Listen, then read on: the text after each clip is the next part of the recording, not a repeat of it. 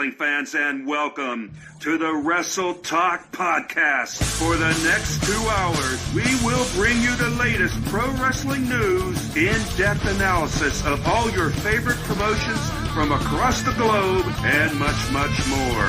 We will also bring you exclusive interviews with the greatest professional wrestling personalities on the local, national, and international levels. If you want to follow the Wrestle Talk Podcast, check us out online at www.wrestletalkpodcast.com. You can also follow us on Facebook, Twitter, YouTube, and Instagram.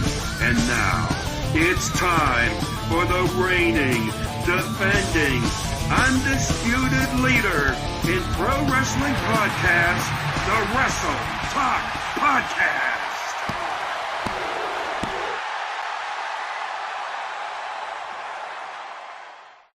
Good evening, wrestling fans, and welcome to the Wrestle Talk Podcast. For the next 2 hours, we will... Alrighty. The intro is finally over, folks. Good evening, Wrestle Talk Podcast fans. It is yours truly, Gabriel Arsen, starting us off tonight for episode... Oh, gosh, I have this written down somewhere. Episode 461 of the Wrestle Talk Podcast. And we have a lot of wrestling that we have a lot of wrestling to talk about tonight. And, I will be accompanied. Welcome, Aaron Wallace. Welcome to the show. Little Jamie, we're watching it tonight. And I will be accompanied by our one and only Night Owl as we go on. And we have a very, very special guest. And that is the Red James. We'll be hearing about him in, I want to say, a couple hours or so. Well, maybe not a couple hours, but we will be hearing from him. We have plenty of wrestling that we have to talk about tonight here, folks. And I'm just kind of here on intro duty. You know, they got me in here today because they knew they had to pop a rating. So Gabriel starts hosting the show by himself. Let's see what kind of damage we can do. You know, who's that? Boom, baby! There he is. I was going to run the show by myself. No, not at all, bro. We never do that to you. But there's one thing that people have come to learn. Expect the unexpected from the Wrestle Talk Podcast, because nobody thought they would ever see it. Everybody knows that I've got a certain history with a certain faction in the state of Kansas. And our second hour guest, our featured guest of the evening, he's rubbed elbows with those guys more than once. So a lot of people think that the Night Owl is biased, Mr. Arsen. They think, well, the Night Owl doesn't get along with this guy. The Night Owl, he likes to pick and choose who he brings on the show. So to dispel all those rumors, I personally swallowed my pride, because I'll be the first to admit it. I'm not always a fan of how my man handles this business. He likes to, let's just say, take advantage of any and every situation that he can. But he is a freaking badass. He's an all-American tough guy, okay? A throwback of sorts to when men were men, out on the frontier. So in the second hour, guys, none other than the Foreman himself, Red James, will be joining us.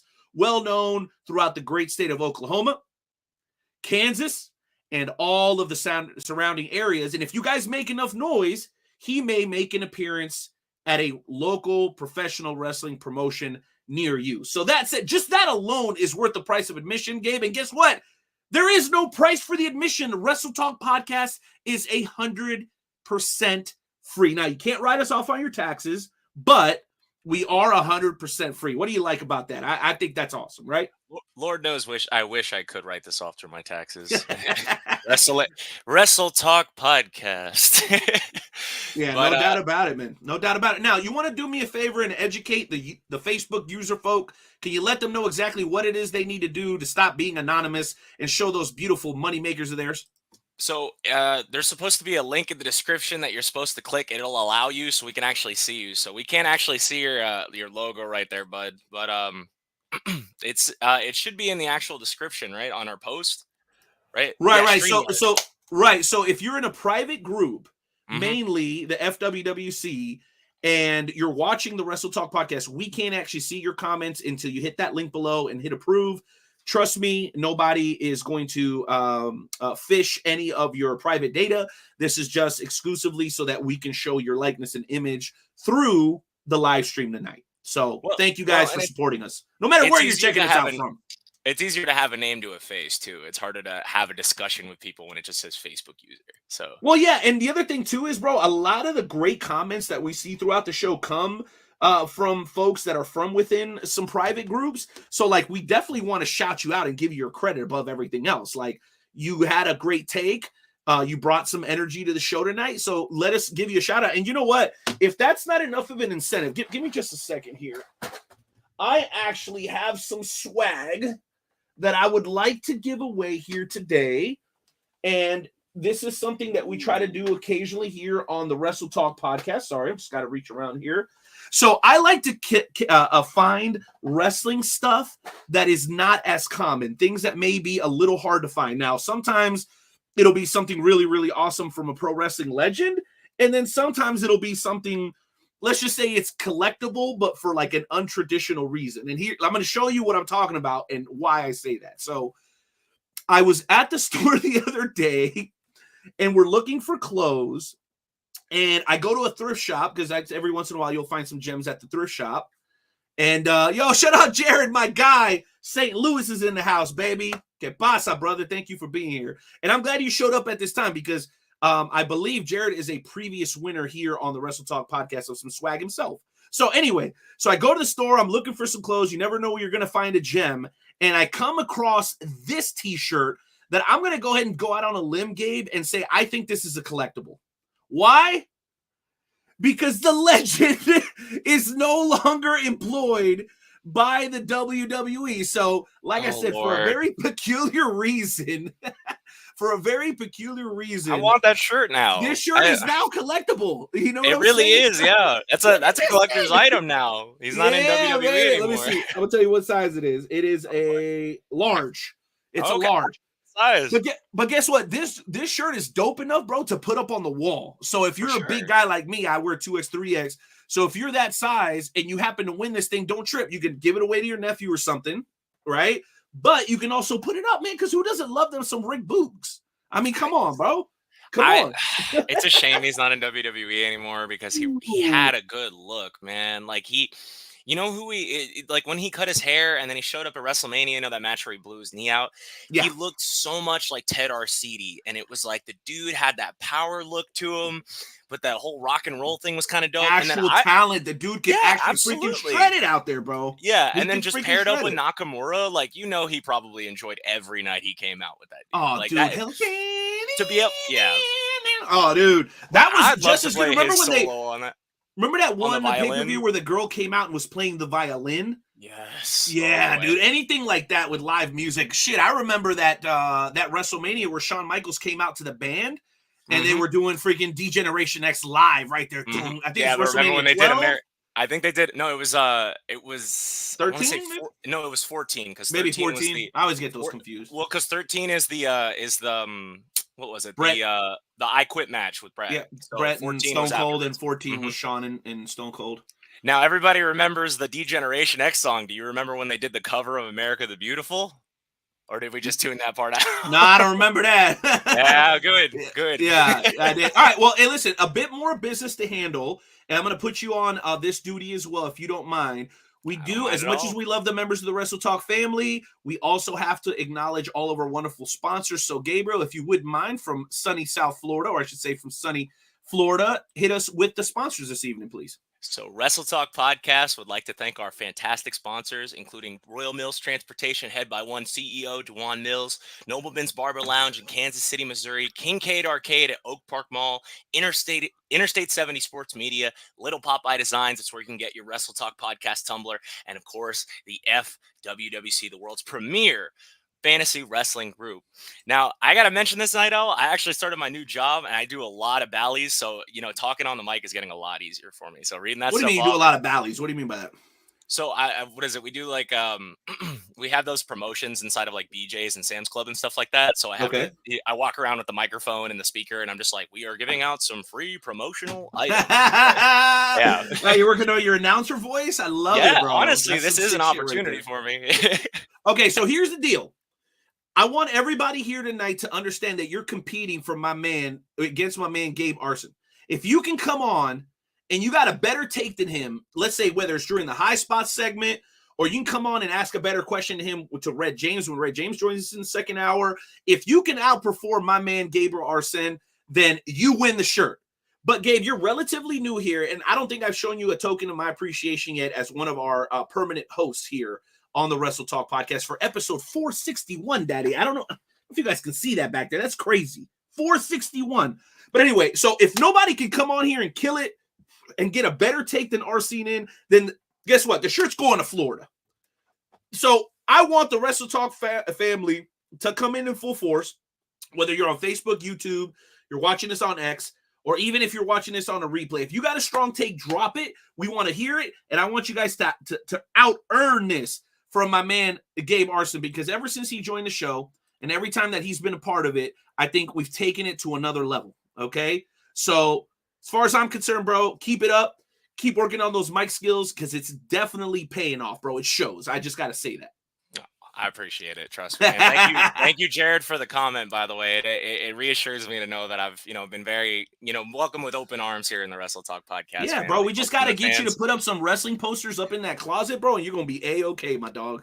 Well, speaking of this new job, I'm finally gonna get some extra money coming in. So you bet your butt that I'm gonna get all this stuff. Hey, and guess what? If you end up winning tonight, let the Rick Boogs T-shirt be the first thing you put up right here on over your left shoulder. It would look awesome. Just no, over. left shoulder. Oh, left shoulder. Whoop. Yeah, like right up there. Yeah, you could just unpin it or whatever. If people are like, bro, why you got a T-shirt up in the closet? It's kind of weird. Hey, and I only joke with you because you should have seen where I started. Right. There was literally a crib behind me when I started this show. Really? Yeah, bro. My daughter was very, very young. She was, yeah, dude. It's nuts where we've gone and where we've come from. But anyway, let's get to because somebody says I got the hottest take. Put me on. Let's go, high spots. So let's go ahead and handle that business, ladies and gentlemen. If you're unfamiliar with the Wrestle Talk podcast, it's very simple, my friends. In just a few moments, we're going to get into the Wrestle Talk podcast high spot segment, the Wrestle Talk podcast high spot segment, where we're going to tackle random yet relevant topics in the world of professional wrestling. You, as the members of the Wrestle Talk family, though, if you've got a topic that you want to discuss, it's easy. Shoot us a DM, drop it in the comment section, or let us know, and we'll actually bring you on so you can have these discussions with us. We'll talk about your topic, as long as it's good, and you can help us talk about our topics, because I think we've got some pretty great ones. Both of us have been submitting over the last couple of days, and we don't know which ones are going to come up, right, Gabe? So really, it's a crapshoot. We really don't know which ones are going to come up during the high spot segment. So it's always exciting, even for us. Oh, absolutely. Although I always secretly hope it's some of my questions. Of course. All right. And Jared says he'll jump on next week. Hey, bro, we'll be here next week. God willing. We're going to hold you to that, though, there, Jared. We better see you. That's right. I mean, unless real life happens, obviously. Yeah, absolutely. And here's the funny thing. We are going to get into high spots in just a second, but it would not be a Wrestle Talk podcast episode if we didn't do and stick to our traditions. So thank you to my man Aaron Wallace for not letting us forget, because this is the part of the show. Let me get myself ready here, where we ask everybody to respectfully remove their caps and place their hands over their hearts as we join together and pay homage to the greatest country on God's green earth, and that's America, damn it. And for your listening pleasure, our national anthem.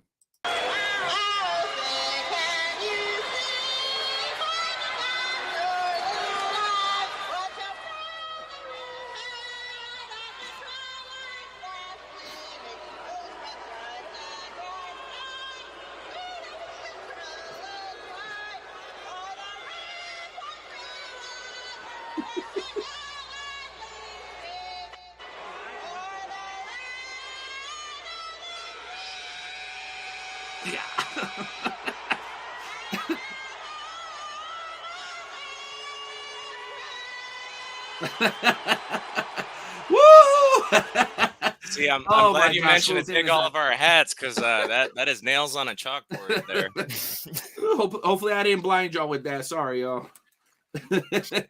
Yo, in the words of my man Nightmare Jones, brings a tear to my eye every single time. Every single time. Shout out to Roseanne for that miss.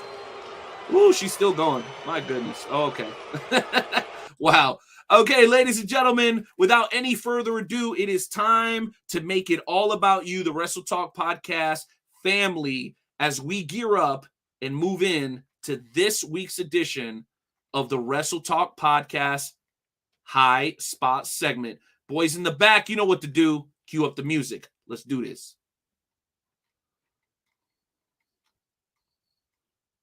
Mic check, mic check. Yeah! All right.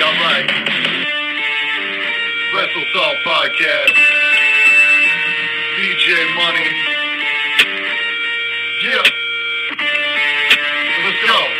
Welcome to High Spots, where we pop news like player chops. We talk shop, coming through the screens of a laptop and non-stop like a runner speeches of blacktop. We hit hard like chair shots and backdrops, like a spark flash, look like a barely fly. Now that's hard. We up to speed while they stay slow.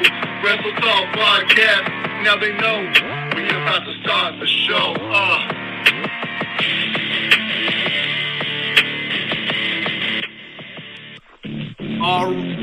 Why we got the loop going? Guys. Yeah! I know we like the song that much, guys. No more loop. We got enough with the freaking loop. What is the loop? I don't know what that's going on. Anyway, ladies and gentlemen, welcome to this week's edition of the Wrestle Talk Podcast Shoot and Shout segment. In a matter of moments, the randomizer will hit, and hopefully it won't keep hitting and hitting and hitting over and over again. And we're going to get into some topics again. If you guys want to jump in with your own, you are more than welcome to do that. With any further ado, let's hit the randomizer and kick this thing off. You ready, Gabe? I'm ready, Freddie. Let's go.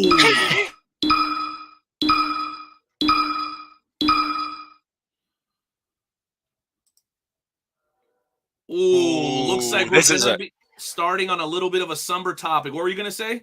I was saying this is a big one to start with. Oh, boy. It is. I'll go ahead and read this off, sir. It says, oh, no, my bad. I think that's the wrong one. Okay, here's the right question. Okay, it says, Wesley broke our hearts last night, announcing an extended absence from NXT. Do you anticipate him to regain his prior success upon his return? I think I know where you're going to go with this one, Gabe, but let's hear it.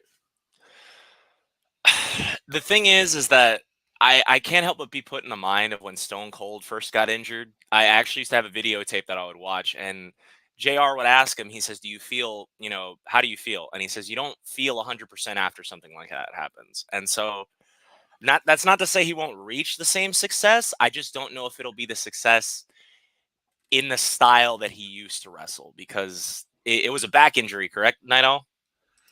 Yes, absolutely. Yeah. No, wait. I think it was a leg. I don't want to lie to you. Oh, okay. Let me go ahead and continue, and I'll confirm that. Okay, just make sure we're providing accurate information.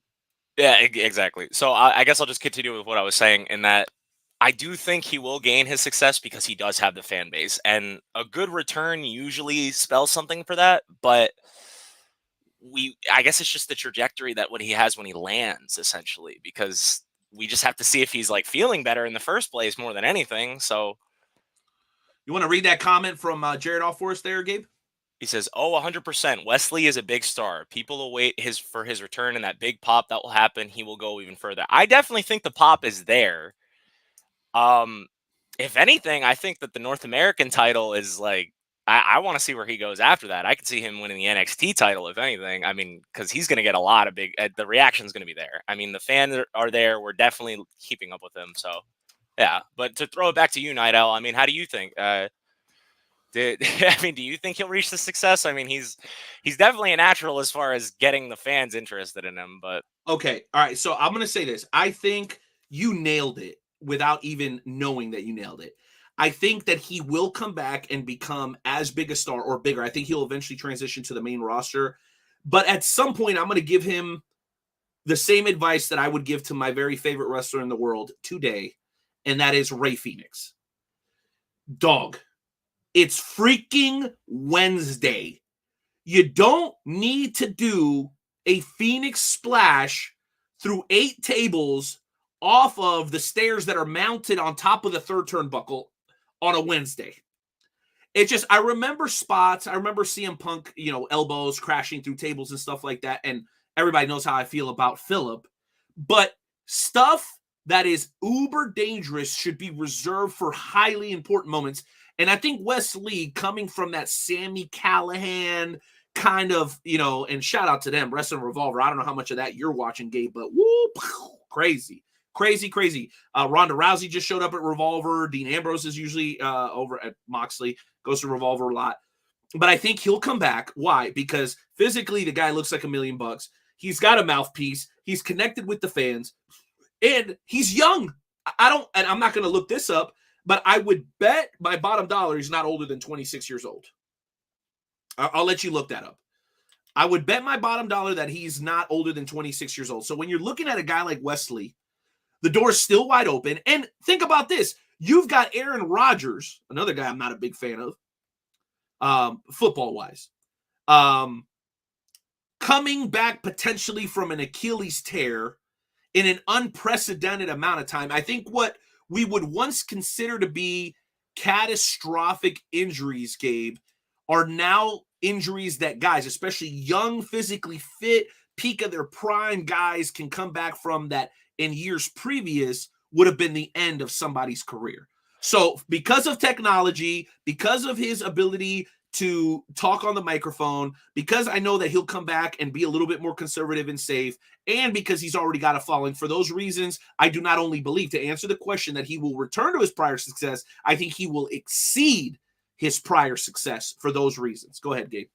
Well, I wanted to answer that he is, in fact, 29 years old.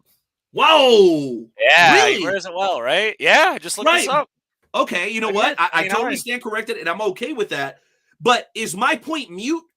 Is he not young enough to make a full recovery and come back at 31 at 100%? I think he can do it. Absolutely, I agree with you. I think he can, especially because now with wrestling, especially because we've seen a lot of people where we think this could be the end of their career, and they come back, and it's almost a renaissance. I mean, bro, in LA Knight, dude, you can get over with the 5 moves of doom. I mean, he does. He's like, his moveset is similar to Cena. Very robotic, very like uncreative. I'll even dare to say that a little bit, but he's got the connection. So as far as I'm concerned, he doesn't have the LA Knight connection, but what I'm saying is he has the ability and the physical talent without having to put his neck on the line every single time.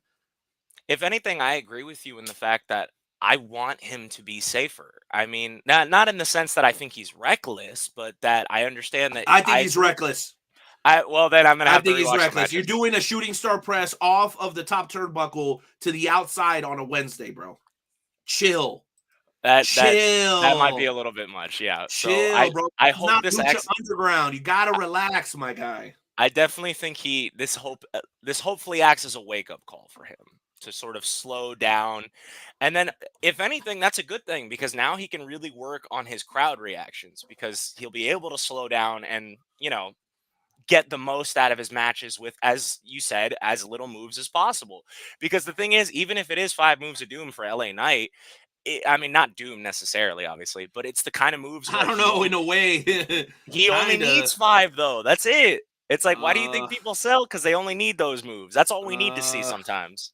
That's just me, though. That's fine. I guess not everybody's going to give us the 5-star. I mean, and guess what? Hey, listen, I hate to say this, and I'm correlating something to this conversation that maybe doesn't need to be correlated, but you can give me 5-star Kenny Omega, and if there's only 5,000 people, I know everybody saw the video, bro.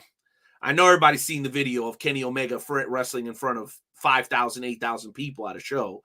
Like, you can have all the technical prowess you want, but if people don't want to see you do shit and they don't believe you and they're not invested in you emotionally, they're not going to show up, bro. Like, I love Kenny Omega's ring ability, but can he sell a program and sell a match? Not that great since Okada, bro. I'm going to be honest with you, and hopefully we get a chance to talk about him here in a little bit. Yeah, I'm glad you mentioned that.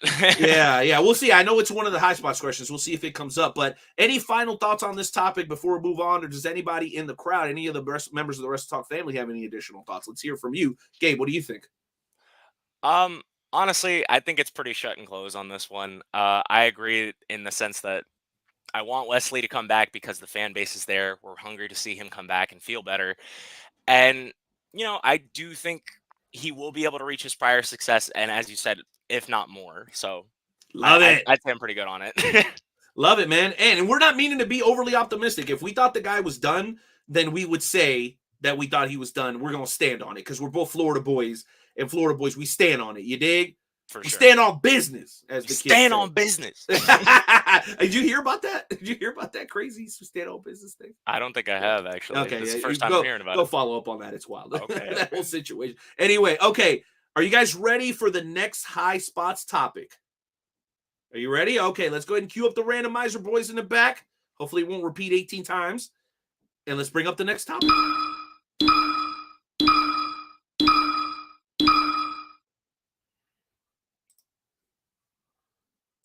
Ooh,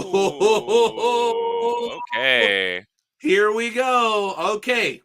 Tonight, ladies and gentlemen, tonight, MJF, Samoa Joe are going nose to nose. Everybody know what's happening around the World Championship. Obviously, we know MJF is injured. A lot of injuries going on in big-time matches. Going back to Wes Lee, he was slated to go against Rey Mysterio. Dominic Mysterio for that North American Championship. He lost that opportunity. This match, though, will move forward despite MJF being injured. The question is simple. With the leak of MJF's injury and the announcement that he is defending the title, how do you think it will affect this match and his run as a whole? Gabe, why don't you take this one first, my friend? I'll be the one to say it. I think if anybody can work with an injury and work it into a storyline and be an absolute pro about it, MJF is the one to do it. Because so far, this devil storyline, we don't know where it's unraveling soon. And I don't know if you've heard the fan theory about, how MJF said that, the It's worst Adam thing Cole, that right? We all think it's Adam Cole? Well, I've heard a theory that somebody spots, and this is my personal favorite take on it, that MJF said the worst thing the devil ever did was convince people he didn't exist. So what if this is all just this big elaborate scheme to get everybody to think and get MJF injured so he doesn't have to work out his title, and then it was him the whole time, and then he got the longest run of his belt because of it. That's I love your conspiracy theories. I love it, bro. That's so good. I like how you take what they're giving you and you're like, you know what? I'm gonna follow these breadcrumbs all the way down, even if they lead nowhere. I don't know, but you may be right. Before I answer, let me go ahead and throw this up on the screen here. Gabe, you want to take this one for us? Joe should end MJF's title reign for multiple reasons. His injury, the fans have died out since his face turn. MJF got boring. I don't know if I agree with all that, sir. I definitely think depending on the severity of the injury, potentially if they want to try and make something out of it, especially because after Joe vacated the television title and he says, I'm coming for it. And then after the tag match and he got the #1 contendership, if they really want to make something big out of it, imagine a squash. Imagine shit, Joe boy. just coquina clutches the shit out of this dude and takes the belt. And then we got a big monster. I got some more. Wait. I got some more. Wait. Okay, you're right. But real quick, Mad Max, Bam Bam Benny, and Money May all tapped in. Can we get a too sweet for the boys? Too sweet me, bro. Boom. Shout out to Heel Deal, by the way, for those that know. Then our guest currently in the green room. I think he's eating beef jerky and drinking Coors. Not sure. All-American guy here. Red James. Not sure what he drinks. Maybe he's drinking whiskey. MJF is not injured. I'm going to insert a word. Bozos. He thinks we're a couple of marks, I think. I don't know. Maybe he'll have to let us know. But he's like, you guys are buying it hook, line, and sinker, you freaking marks.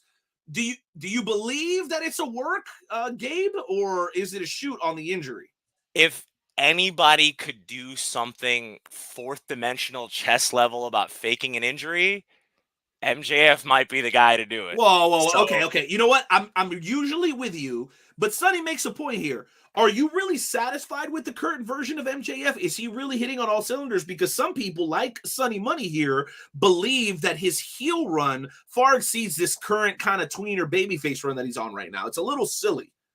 I think it's more that I want to believe that they're doing the devil storyline that I suggested, because then the farce of him being a face is going to sting that much harder when he's like, you guys actually fucking believed me? Really? I'm MJF. But if that's not the eventuality, then Sunny Money is definitely spitting facts in the fact that the face turn is not, or the face transition, so to speak, because there wasn't really a turn, is not hitting as hard as the heel turn. But And I'll go ahead and read this one off here. Go ahead. So wouldn't AEW be an unsafe work No, environment? finish your point. Sorry. Oh no, I was just trying to throw it to you. That's all. Okay, cool. All right. Well, go ahead if you want to take it too. I'm trying to get better and not cutting you off. So go ahead. That's okay. So wouldn't AEW be an unsafe work environment for allowing him to work injured? I mean, yeah, but that's also kind of their calling card right now in this moment in time. So I mean, that's just how I think. But I mean, Night Owl, what are your thoughts? I mean, you know what? I've heard this a lot, but then listen, you want to talk about AEW's unsafe work environment? Do we need to talk about Seth? Do we need to talk about Nia? Do we need to talk about Nia Jax that they just brought back? I mean, call it what you want, dog. They both be doing shit. You're like, why do they keep putting this person out? I mean, I'm not saying Seth should be pulled from programming because he's unsafe, but let's be honest, a little his bit style of is a little mostly detrimental to himself. I'm just gonna say that part of it. And listen, and one thing, Aaron, love your feedback, but man, Empire, I get it. Let's stay on topic, bro. Join us on the high spots. We'll get to that. Here's one. Back to on topic. It says, I think MJF was the one who injured Adam Cole's leg, and I think he was behind the storyline as the devil. So there's another person that thinks MJF is maybe just kind of trying to pull the wool over everybody's eyes again. I think that would be the best, because to me, MJF is the only dude who can convince us he was a babyface and then heel turn again. So that's just me. You know what we need, Gabe? You know what? That? I'm going to write down, we need conspiracy theory music. Because whenever I host with you, there's a lot of I'm going to write conspiracy. Look, I'm trying to get in the business because this is what I would write. I'm just like, I've already told you I'm trying to make Red James is a perfect person for you to talk to because he does a lot of different things in the business, and hopefully we'll get to talk to him about all of them. And you, as a guy who's trying to get into it, that's who you need to pick the brain. Just like Stephen E. a couple of weeks ago, bro, it's like we went to school. It was beautiful. I love Stephen E. That was so much fun. Yeah, dude. There we go. So, and I did actually write that down so we can get that conspiracy theory drop. Okay. You didn't just say I'm pretending to write here. No, I don't have to, shit. All right. Speaking of conspiracy theories, check this one out. Are you ready? The devil is going to be Richard Holiday, MJ's shoot best friend and former stablemate in MLW. I hope it's Fatu, but body shape wise, that's who I want to see on the big leagues. I'm a big Fatu fan for a lot of reasons, but what do you think about this take there, Gabe? I definitely think it's a very logistical take. I think the only issue that comes with it is the amount of people who may not be aware of who Richard Holiday is. I think it'll be a want if it's him. See, that's the feeling I feel like we're going to get, because for a nerd like me who does pay attention to stuff like MLW, like that's actually really cool to tie it back into that sort of thing. But how many of the average AEW fans know about MLW? I think the AEW fans are probably going to know, because everyone who's an AEW fan is probably a super mark. I can just tell by the shows that I go to, but the casual AEW fan is going to have no idea. Yeah, no idea. Yeah, the casual podcaster may not know who that is either. I'm just saying. But since we've been talking about it, I want to hear your thoughts, Night Owl. I mean, what do you think is the deal with it? I mean, what do you think could happen about do you think the injuries will work? I mean, do you think it's actually not? I think the injury has nothing to do with MJF's championship run. I think that if this devil angle doesn't pay off, it's going to hurt him more than anybody else. As much as I hate to say this, I don't think it's Adam Cole that needs the cachet. He's proven at every level. And I think we all believe that if he would have gone to the main roster, did he ever go to the WWE main roster? Never did, right? So if he would have gotten there, we all know what he would have been capable of doing. And why he never got there, I think, is a mystery to us all. Because you're like, wow, don't give me the size stuff, bro. Don't give me that. That's all I will not accept from you. Why did he make it? Go ahead, sorry. It's not that I don't think he did. I don't think it was. No, I don't think it's that he didn't. That it's not he didn't make it to the main roster. I don't think it's that he didn't want to go to the main roster. But when you're in that system, and what makes you think that you can dictate to them? Did you not hear Jericho's statement? He's like, everybody needs to work for Vince for 6 months to understand what this business is supposed to operate like. And did you hear this Chris Jericho statement? I'm sure you read it. I had read it online earlier today. Yes. Okay. So he said the reason it works over there is because when they ask you to do something, whether it's sign 1,000 bobbleheads or whatever, you just nod and you say yes. So when you're coming from NXT, I don't care how much ROH cachet you have or New Japan cachet. If you're at Adam Cole, you're going to take what they give you. So if they would have said, hey, you're going to the main roster, what you think you would have objected to that? I've never heard this argument. That's a little crazy to me. Because the bread is serious up on the main roster, bro. It's but for a lot of wrestlers, it's not about the bread. And I think for Adam Cole, of all people, he likes to not to protect his image per se, but I think it's because he prefers to actually wrestle as opposed to. So do you think he didn't think do you think he believed he wasn't going to cut it if he got up there? I don't think it's that he didn't think he was going to cut it. I think it's more that he didn't think Vince McMahon might not have known what to do with him, because look at his track record with, like you mentioned, size-wise. I mean, especially for Chris Jericho. I mean, look at him at the beginning of his career. He came in with all the heat in the world. He became a world champion. Yeah, after he was about to quit. So did Rey Mysterio, all the undersized guys. Well, not all the undersized guys, but there's a significant amount. But they were circumstantial, though, because Rey Mysterio was at the back end of Eddie Guerrero dying, and Daniel Bryan is because everybody was threatening to burn down WrestleMania 30 if he didn't win that fucking title. Blue Tista. Exactly. They were so mad, dog. They were so mad, dude.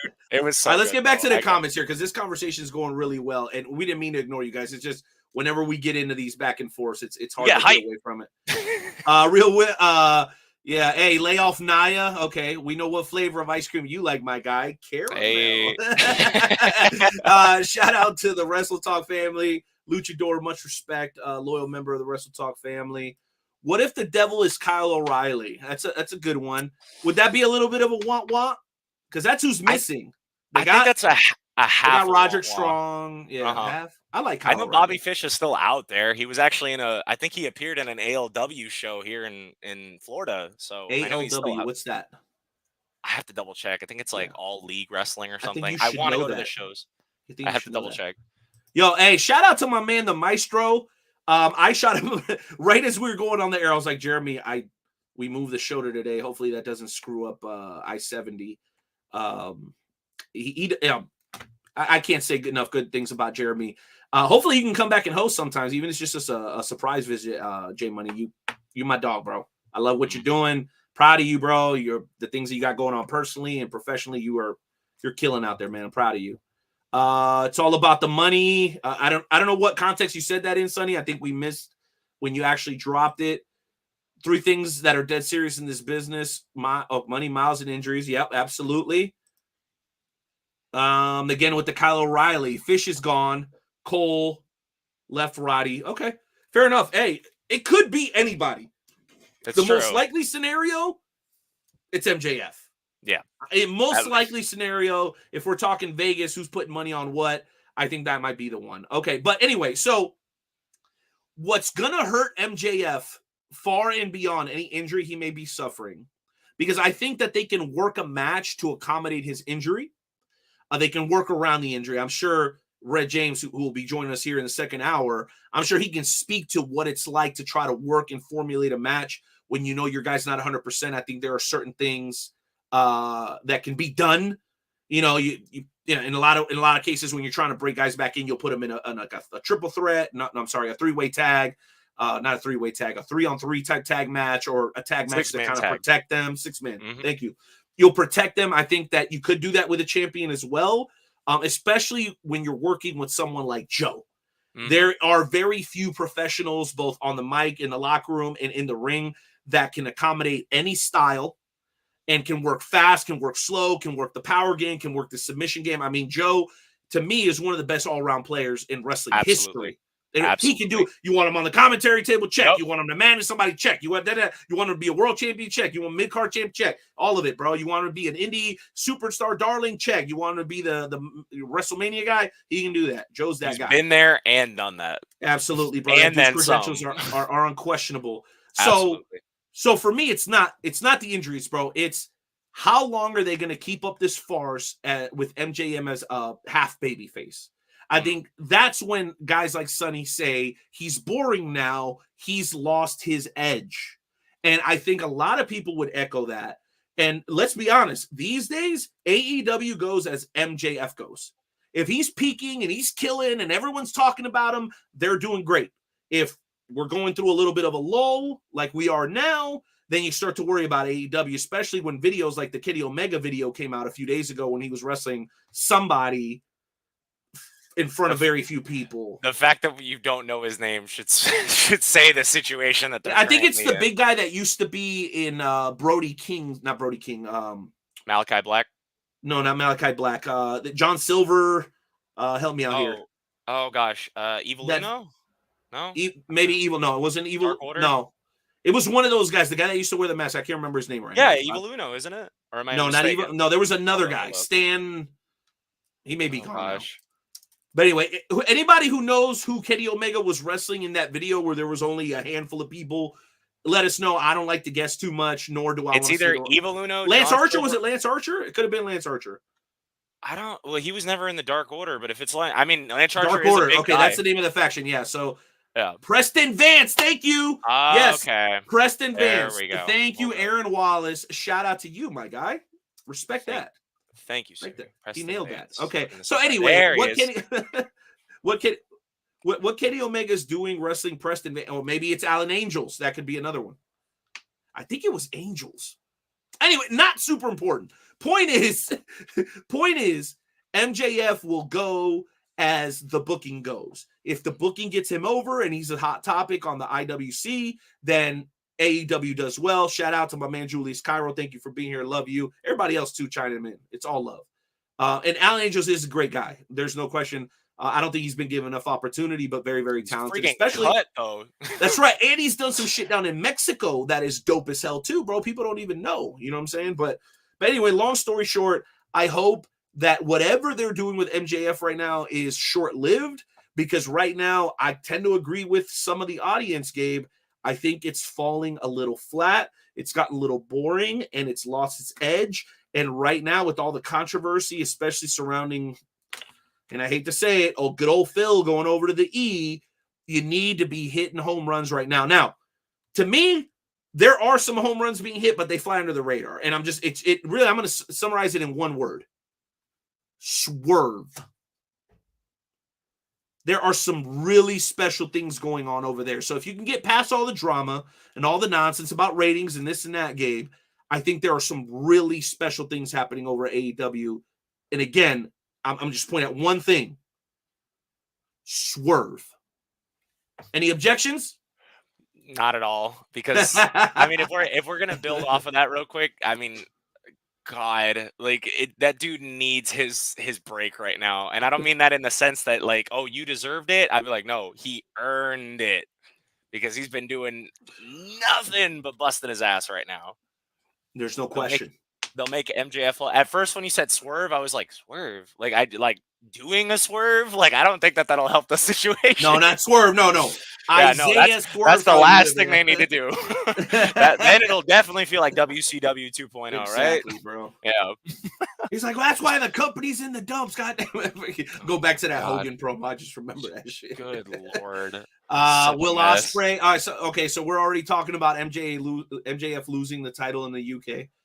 That would be a good way to get the belt off of him. You mentioned a triple threat. Triple threat. Bro, I would pay for that pay-per-view just to see that triple threat. Well, and then they could definitely run the angle of WrestleMania 30, where they take MJF out, and then these two can wrestle the match, but then he can squeak in where he needs to, so MJF can do his thing, and then they can get the belt off of him without having to, beat him. I thought this wasn't going to come up. What is? Bro, no, bro. Prince Nana, bro. Are you kidding me? Nah, you gotta hit them with the Akira Tozawa. Oh, hold on, my bad. Do it one more time. Dog, are you kidding me? Akira Tozawa, much as I love him, one of the best comedy gimmicks on the entire programming. Bro, do not try to put my man in the same classification as Prince Nana. Prince Nana. No. Listen, I love Tozawa. I think they're kind of biting off Prince Nana a little bit now that I'm thinking about it, because he started doing this right around the same time that Prince Nana started doing his gimmick. And Prince Nana shit is way better than Akira Tozawa. And if you're arguing with me, Gabe, it's because you're not watching Prince Nana. That's the only legitimate reason. I am not arguing with you, Night Owl. I am disagreeing with you. Ah, get out of here. Nah, come on. All right, let's get a vote. We got quite a few people watching live. Hit 1 if you think that Akira Tozawa's dance is the best, or hit number 2 if you think Prince Nana's dance is the best. Because I don't even think there's an argument here, dude. This is ridiculous. Who would agree? Let's see. All right, let's see. Here we go. It says, Gabe better. 1. Okay, you got it. 1 Akira Tozawa. Another Akira Tozawa. Let's go. You got Akira Tozawa is Did you guys not understand the question? You guys are all giving it to Akira Tozawa over Prince Nana. Listen, I thought I knew the Wrestle Talk fan, bro. I really thought I did. I'm very disappointed by these results. I know the fans, Night Owl. Oh, I know what sells. That's fine. That's fine. I always expected them to like you more than me anyway. It's okay. I don't mind. No, see, they're starting to change their picks now. I got confused. Yeah. So number 1 for Akira Tozawa. Number 2, let's do a revote here. Like we're in Florida, right? He's like, I got confused. Okay. No, he said you can't change it now, bro. It's still 2-1. It's still 2-1. That's fine. Akira Tozawa won. But yeah, man, Swerve Scott, Akira Tozawa, both killing it. But in particular, Isaiah Swerve Scott and the opportunity that he's been given recently, I think it's second to none. And you know what? Shout out to Hangman Page for like helping facilitate this opportunity for Swerve. And I think the sky's the limit, bro. Who knows, you know? I definitely think that Page has a lot to offer, because I know some people are thinking that the shine is off of him ever since he lost the world title, which awesome. That's a discussion for another day.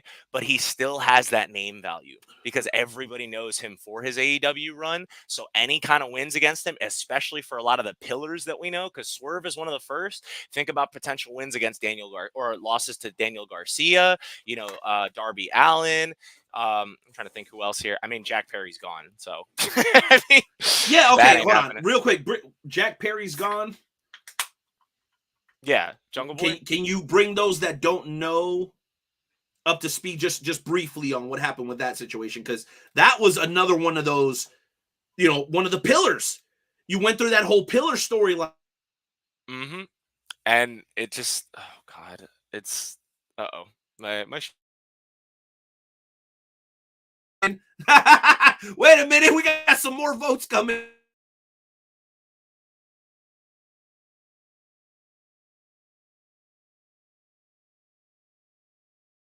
Maybe you want to clarify that a little bit. Is he not? I thought he was, or was he suspended? I don't know. Not sure exactly. I just thought he was fired. I thought they got rid of him. Hold up. No, that's y'all's Wi-Fi. He still has a contract. Yeah, that's on me. No longer. Okay, so it was suspension. I was mistaken. He did some really dastardly shit, right? If I remember correctly, I forgot what he did. He did something really gnarly that got him in big trouble. It was, and it was friggin'. I think it was. Oh goodness. It's okay. We'll look it up. Don't stress, bro. Yeah. That's why this podcast is dope. That's why this podcast is dope. Yawn. What did we miss, Brandon? Are we talking about Jack Perry being Crimea River? It says, Last Crimea. Yeah, that I can't. I know why. I know why he said that. I think that's what Cairo Brandon is answering. He's saying Crimea River, because of course they're the CM Punk bias, bro. It's the eternal bias that never dies. Oh, Just like CM Punk. This is the only page that matters is DDP. Yeah. Okay, so he doesn't like. Okay, I get it now. He doesn't like Hangman Page either. You don't like cowboy shit, dude? I dig Adam Page personally. I think he's fantastic. Brandon? And I think a lot of the people trashing on him just like, oh no, a cowboy can't wear designer jeans. I'm like, okay, whatever. Oh my gosh. It's gotta be Wranglers or else. What do you think about this? Do you think Phil and Brett were right? I think I Where is definitely this think, conversation going?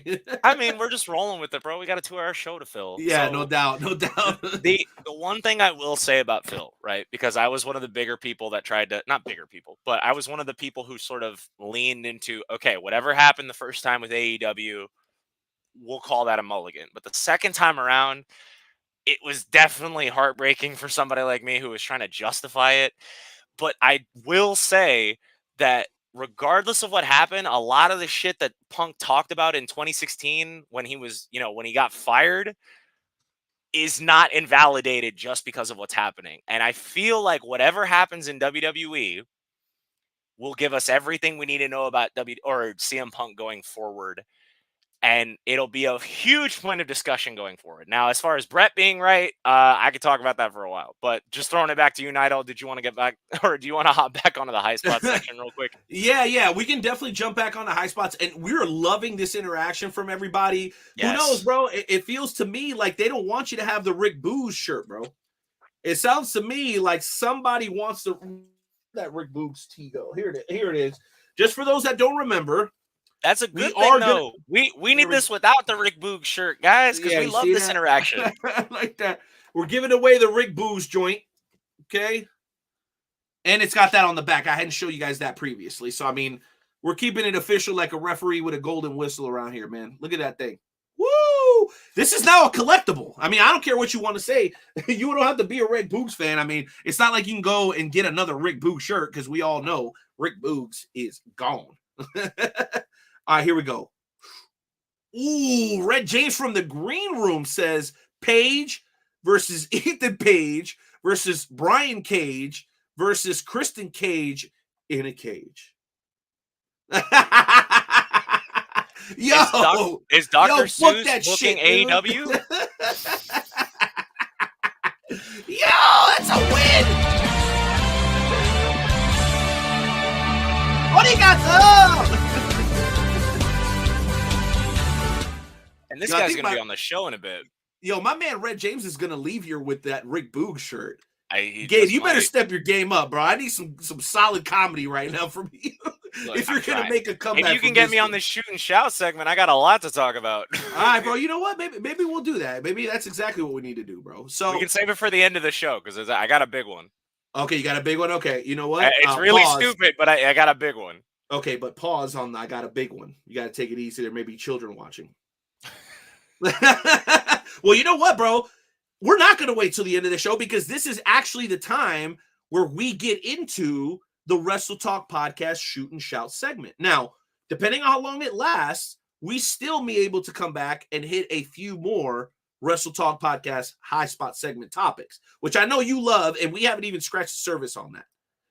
Real quick, Red James, Mickey James, James Storm versus James E. Cornette in a Dairy Queen street fight. Can Jericho be the special guest referee just because he ties into the Dairy Queen story? as long as he doesn't call the cashier a bitch, then yes. Yes, as long as but everybody's got to work for Vince for 6 months first. Then we have the Dairy Queen. That's Jericho's stipulation.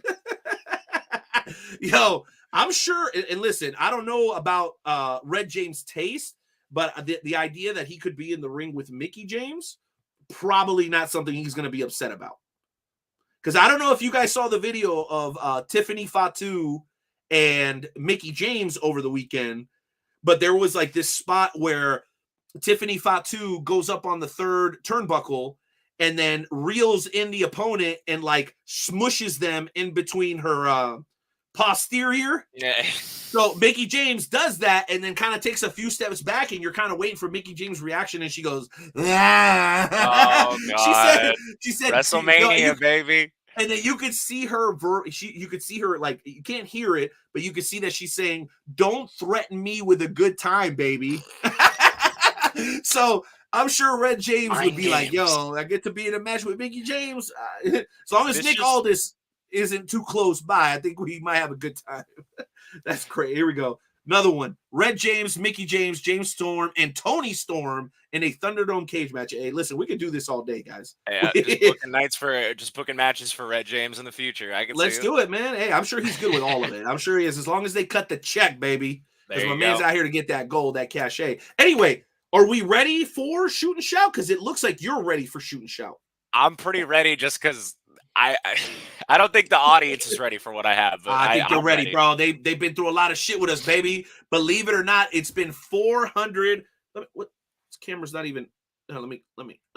Right. 461 episodes, guys. 38 episodes away now from 500, and we promise you, we're already making plans for episode 500.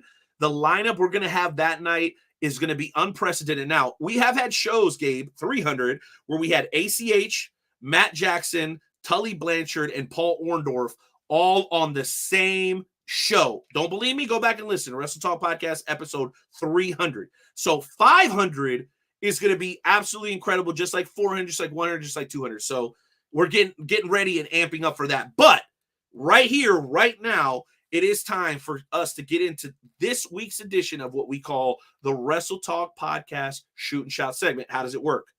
Everybody that comes on, both you guys in the comment section and the hosts, get an opportunity to vent, a little bit of a therapy session, so to speak, where you get an opportunity to rant and rave and shoot and shout about something that might be pissing you off. And here's the caveat. Here's what people really like about it. It doesn't even have to be wrestling related. So if there's something in the world that's pissing you off, bring it to the table, let it all out. Let's work through it. Let's talk some shit, and let's have some fun with it. Are you ready, Gabe? I'm very, very much ready. Trust me. Let's go. Cue up the music because you're going first, ladies and gentlemen. Tonight's edition of the Wrestle Talk Podcast Shoot and Shout segment. Fucking bullshit! It's just one of those days when you don't want to wake up. Everything is fun, everybody sucks. You don't really know why, but you want to justify ripping someone's head off. No human contact, and if you interact, your life's on contract. Your best bet's to stay away, motherfucker. It's just one of those days. It's all about the he says, she says bullshit. I think you better quit, let more slip, or you'll be leaving with a fat lip. It's all about the he says, she says bullshit. I think you better quit talking that shit. It's just one of those days, feeling like a freight train. First one to complain leaves. That's the nicest I'm about to be on this shoot and shout segment. So since we're starting off with me, and I got a lot to talk about, everybody in the world has probably seen the Godzilla vs. Kong New Empire trailer, correct? And most of it has been very positive, but a very, very vocal minority has felt the need to bring up two of the dumbest fucking things I have ever seen. And you better get that little counter down ready because, oh Lord, I got a lot to say about this. So for those of you who haven't seen the trailer, Godzilla's got some magenta colored spines now. Okay, these people were losing their shit over a toy of Godzilla before the trailer even came out. And then now we have these purple or these magenta spines, and everybody is collectively just going, oh, whatever. They got pink spines on Godzilla. This is ridiculous. All right, I've been a Godzilla fan since 2012, before the 2014 Godzilla even came out. I used to read the summaries of Wikipedia articles of Godzilla on a fucking Obamacare phone, okay? So I don't want to hear shit from these fake-ass fans who started watching this shit at 2014, okay? So for those of you who are saying shit about Godzilla with pink spines, pick up Shin Godzilla. He's got fucking purple spines. All right, purple and pink are not that far off from each other. Secondly, you got Godzilla 2000s, who's purple, or what is it, who has magenta spines, who is literally the inspiration for the new version, right? So that's just design, right? Whatever. If you don't like that, that's up in the air. I don't give a shit about that. But then the second thing that people are complaining about, and I cannot stress how stupid this is, folks, they are complaining about the fact that Godzilla is running too fast in the trailer. They're saying that's unrealistic. That's unrealistic. We are talking about a film with a radioactive dinosaur from Atlantis fighting a fucking three-headed dragon from outer space. Realistic? Have you seen the films? So that's what I got for my shoot and shout segment, Night Owl. I could throw it to you after that, but are you excited for the new Godzilla film? Because I personally am. I am. Hey, it looks awesome. I don't know Bro, listen, that's the kind of movie that I go to the movie theater for.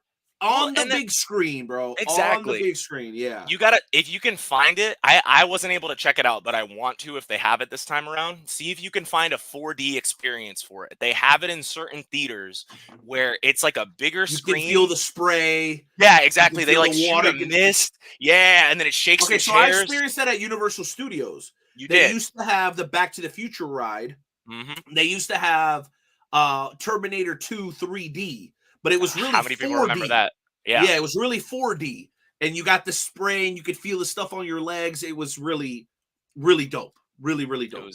It was pretty dope. That's a great shooting shot right there. Okay, so I'm going to give you my shooting shot. And it is wrestling related. Okay? My shooting shot tonight is about talent that don't know their place. That's right, you heard me. It's about talent that don't know their place. You see, round these here parts, there are some promoters that are held in very high regard. I'm going to speak about one right now. His name isn't Yellow Simmons.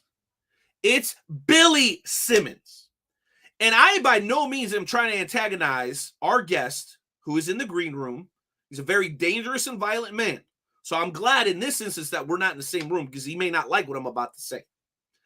But when you go out of your way to continuously disrespect a pillar of pro wrestling in Kansas and in the Midwest, a man who is a full-fledged member of the Kansas board for the Kansas Wrestling Alliance, a guy who has given opportunity after opportunity after opportunity from wrestlers, not just from his promotion, from guys from Oklahoma and Texas, California, New Mexico, Florida, Colorado, Chicago, Illinois, Missouri.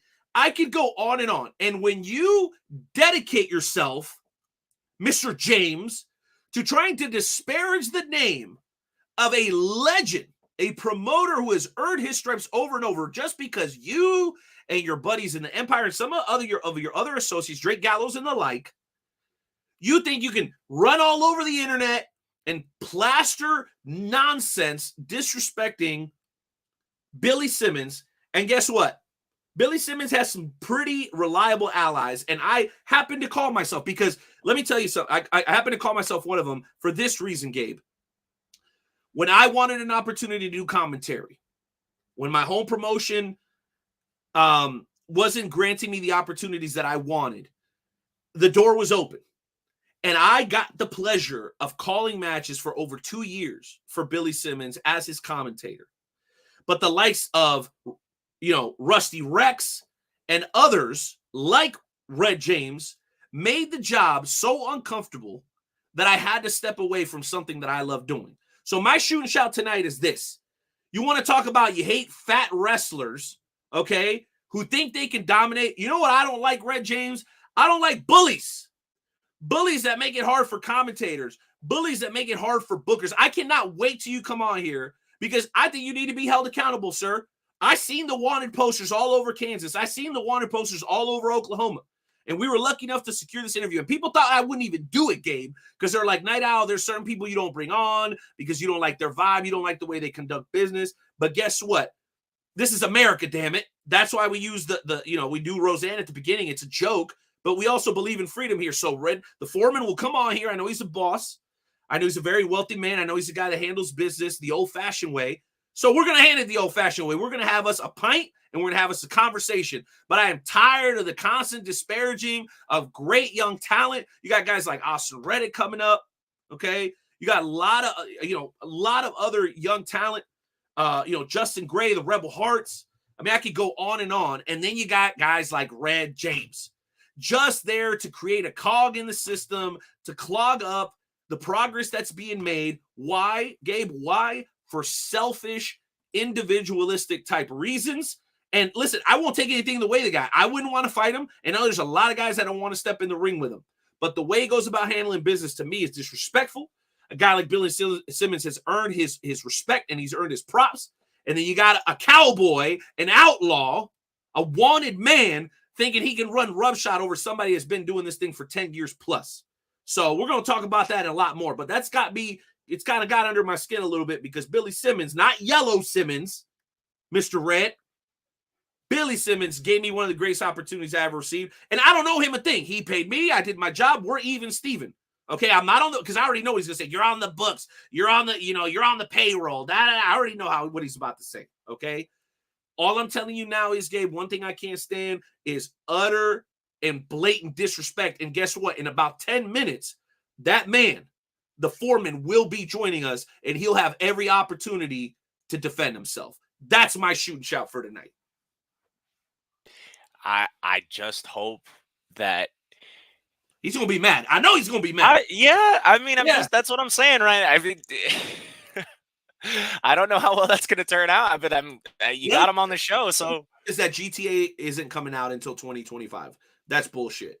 But I'm gonna leave that one. You seen how big the game is? It's hard though. No, you know what really hurts my feelings? How big the my last favorite one game ever is Red Dead, bro.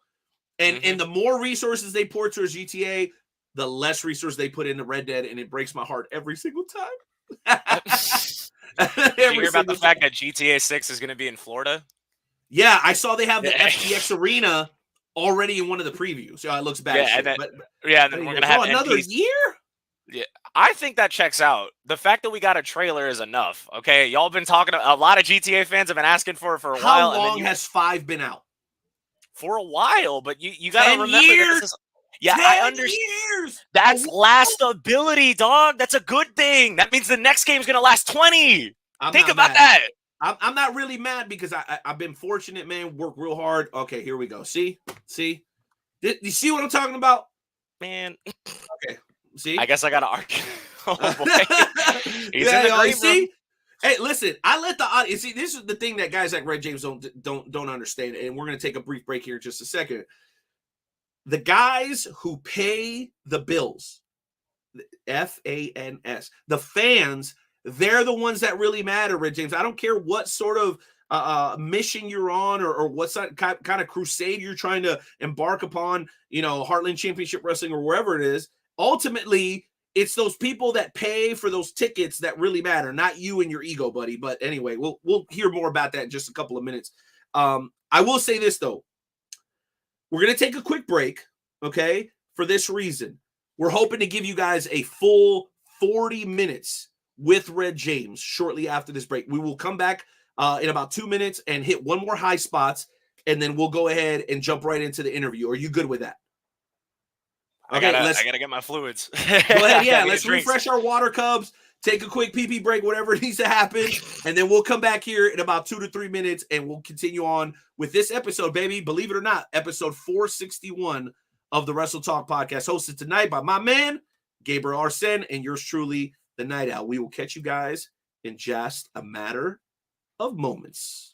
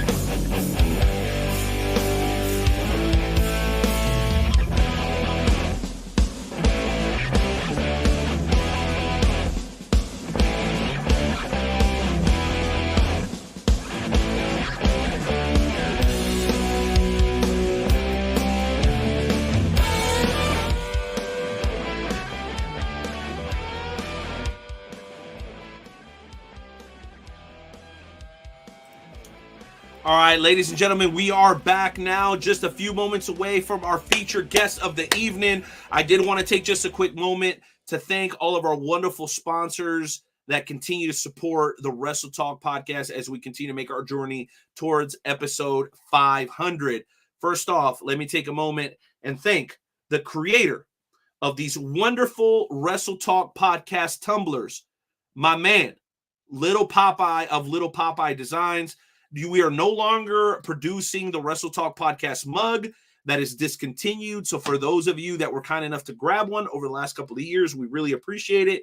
But now here we are with the next item that you guys can go ahead and purchase to support the Wrestle Talk podcast.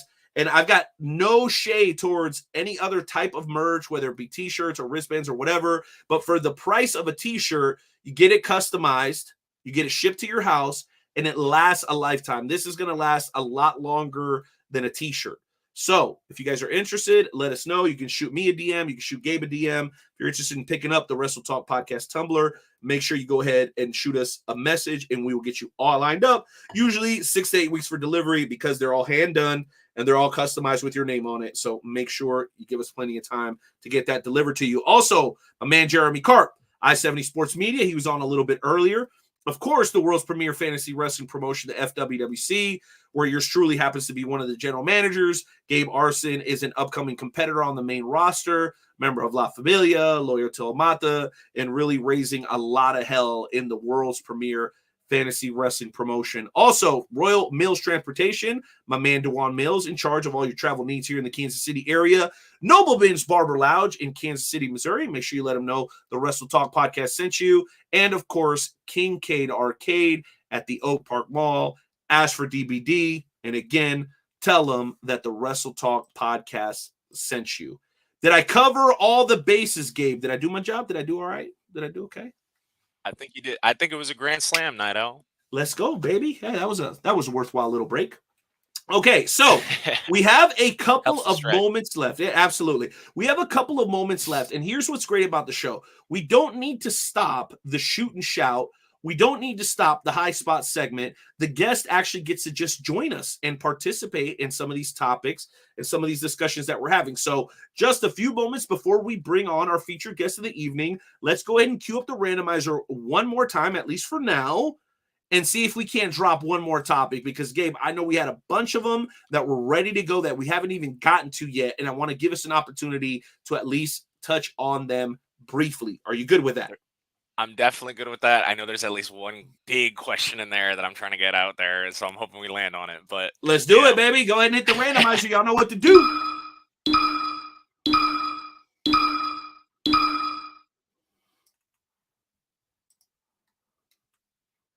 Yes, let's go. All right. All right, let's see what the question reads, ladies and gentlemen. You see the poster? Bryan Danielson, Okada. Let's go ahead and talk about it. The question is, with Wrestle Kingdom just 1 month away, how excited are you for this generational matchup? And really, in my opinion, the show as a whole. And guess what? We do have the card for you guys to take a look at. Oh, my God. We'll just move over a little bit so you guys can see us and also see the card at the same time. But, Gabe, I know this is your cup of tea, bro. How are we feeling about Okada? How are we feeling about Danielson, the free agency, the injury, and the biggest show of the year for New Japan Pro Wrestling? How are we feeling?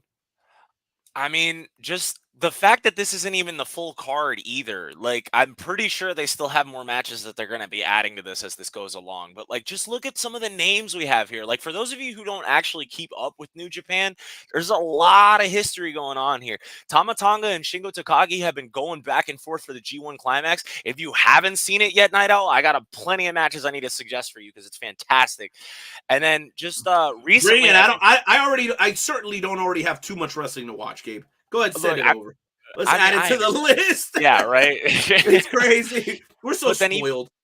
We really are, and that's why I try not to take any time to complain about wrestling because it's like, dude, we live in the best timeline right now. Watch another brand. It's okay. There you go. But like, oh my God, this is sewn into the liver. We got Hiroshi Tanahashi versus Zack Sabre Jr. for the world television title. It's like, for a television title, it's like, when do you ever give a shit about one? And then Zack Sabre rolled up and just said, hey, you give a shit about this one, don't you? But then Will Ospreay versus John Moxley and David Finlay, with the potential reinstitution of the Intercontinental Championship, because that's actually a big buzz that's been That's the coming around. one Moxley had. Well, it was he had the United States Championship, but Okay, after U.S. title, yep. Finlay, and then Will Ospreay had the UK version of it, where it was just he changed the flag, but Okay. Finlay busted the shit out of both of them, like with the hammer. And it's like New Japan, whenever they destroy belts, it's typically because they're going to make a new one. So, and a lot of people weren't a big fan of the fact that they got rid of the Intercontinental title for that new belt, but just to throw it into Kazuchika Okada versus Danielson, there's actually a lot to go with that. Wait. I got to stop you. What's You're up? one of the few people that can actually pronounce the first name right. Kazuchika? Kazuchika Yes. Okada. Correct. One more time? Kazuchika? Kazuchika?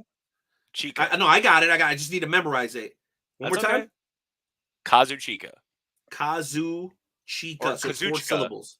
It just depends on how you want it. Kazuchika. Some people say Kazuchika, but that's how I've heard it more. Yeah, Kazuchika. Kazuchika. Okay, yeah. Gotcha. Go ahead. But Kazuchika and Kata and Bryan Danielson, there's so much.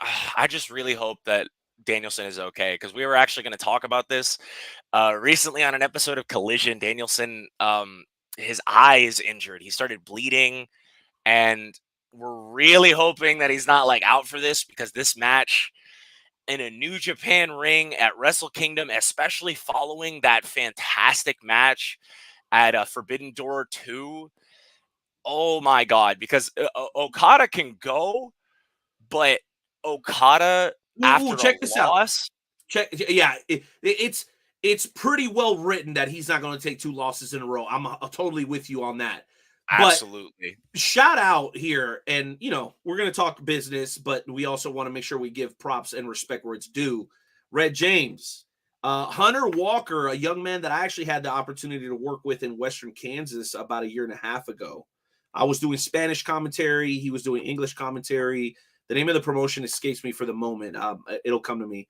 But yeah, super talented young guy, recently signed by New Japan Pro Wrestling, actively working in New Japan Pro Wrestling. So, Gabe, when you talk about wanting to get into the business, let me just tell you that it can happen. The dream is real, because somebody that I was basically sitting adjacent to, the Spanish announce table was here.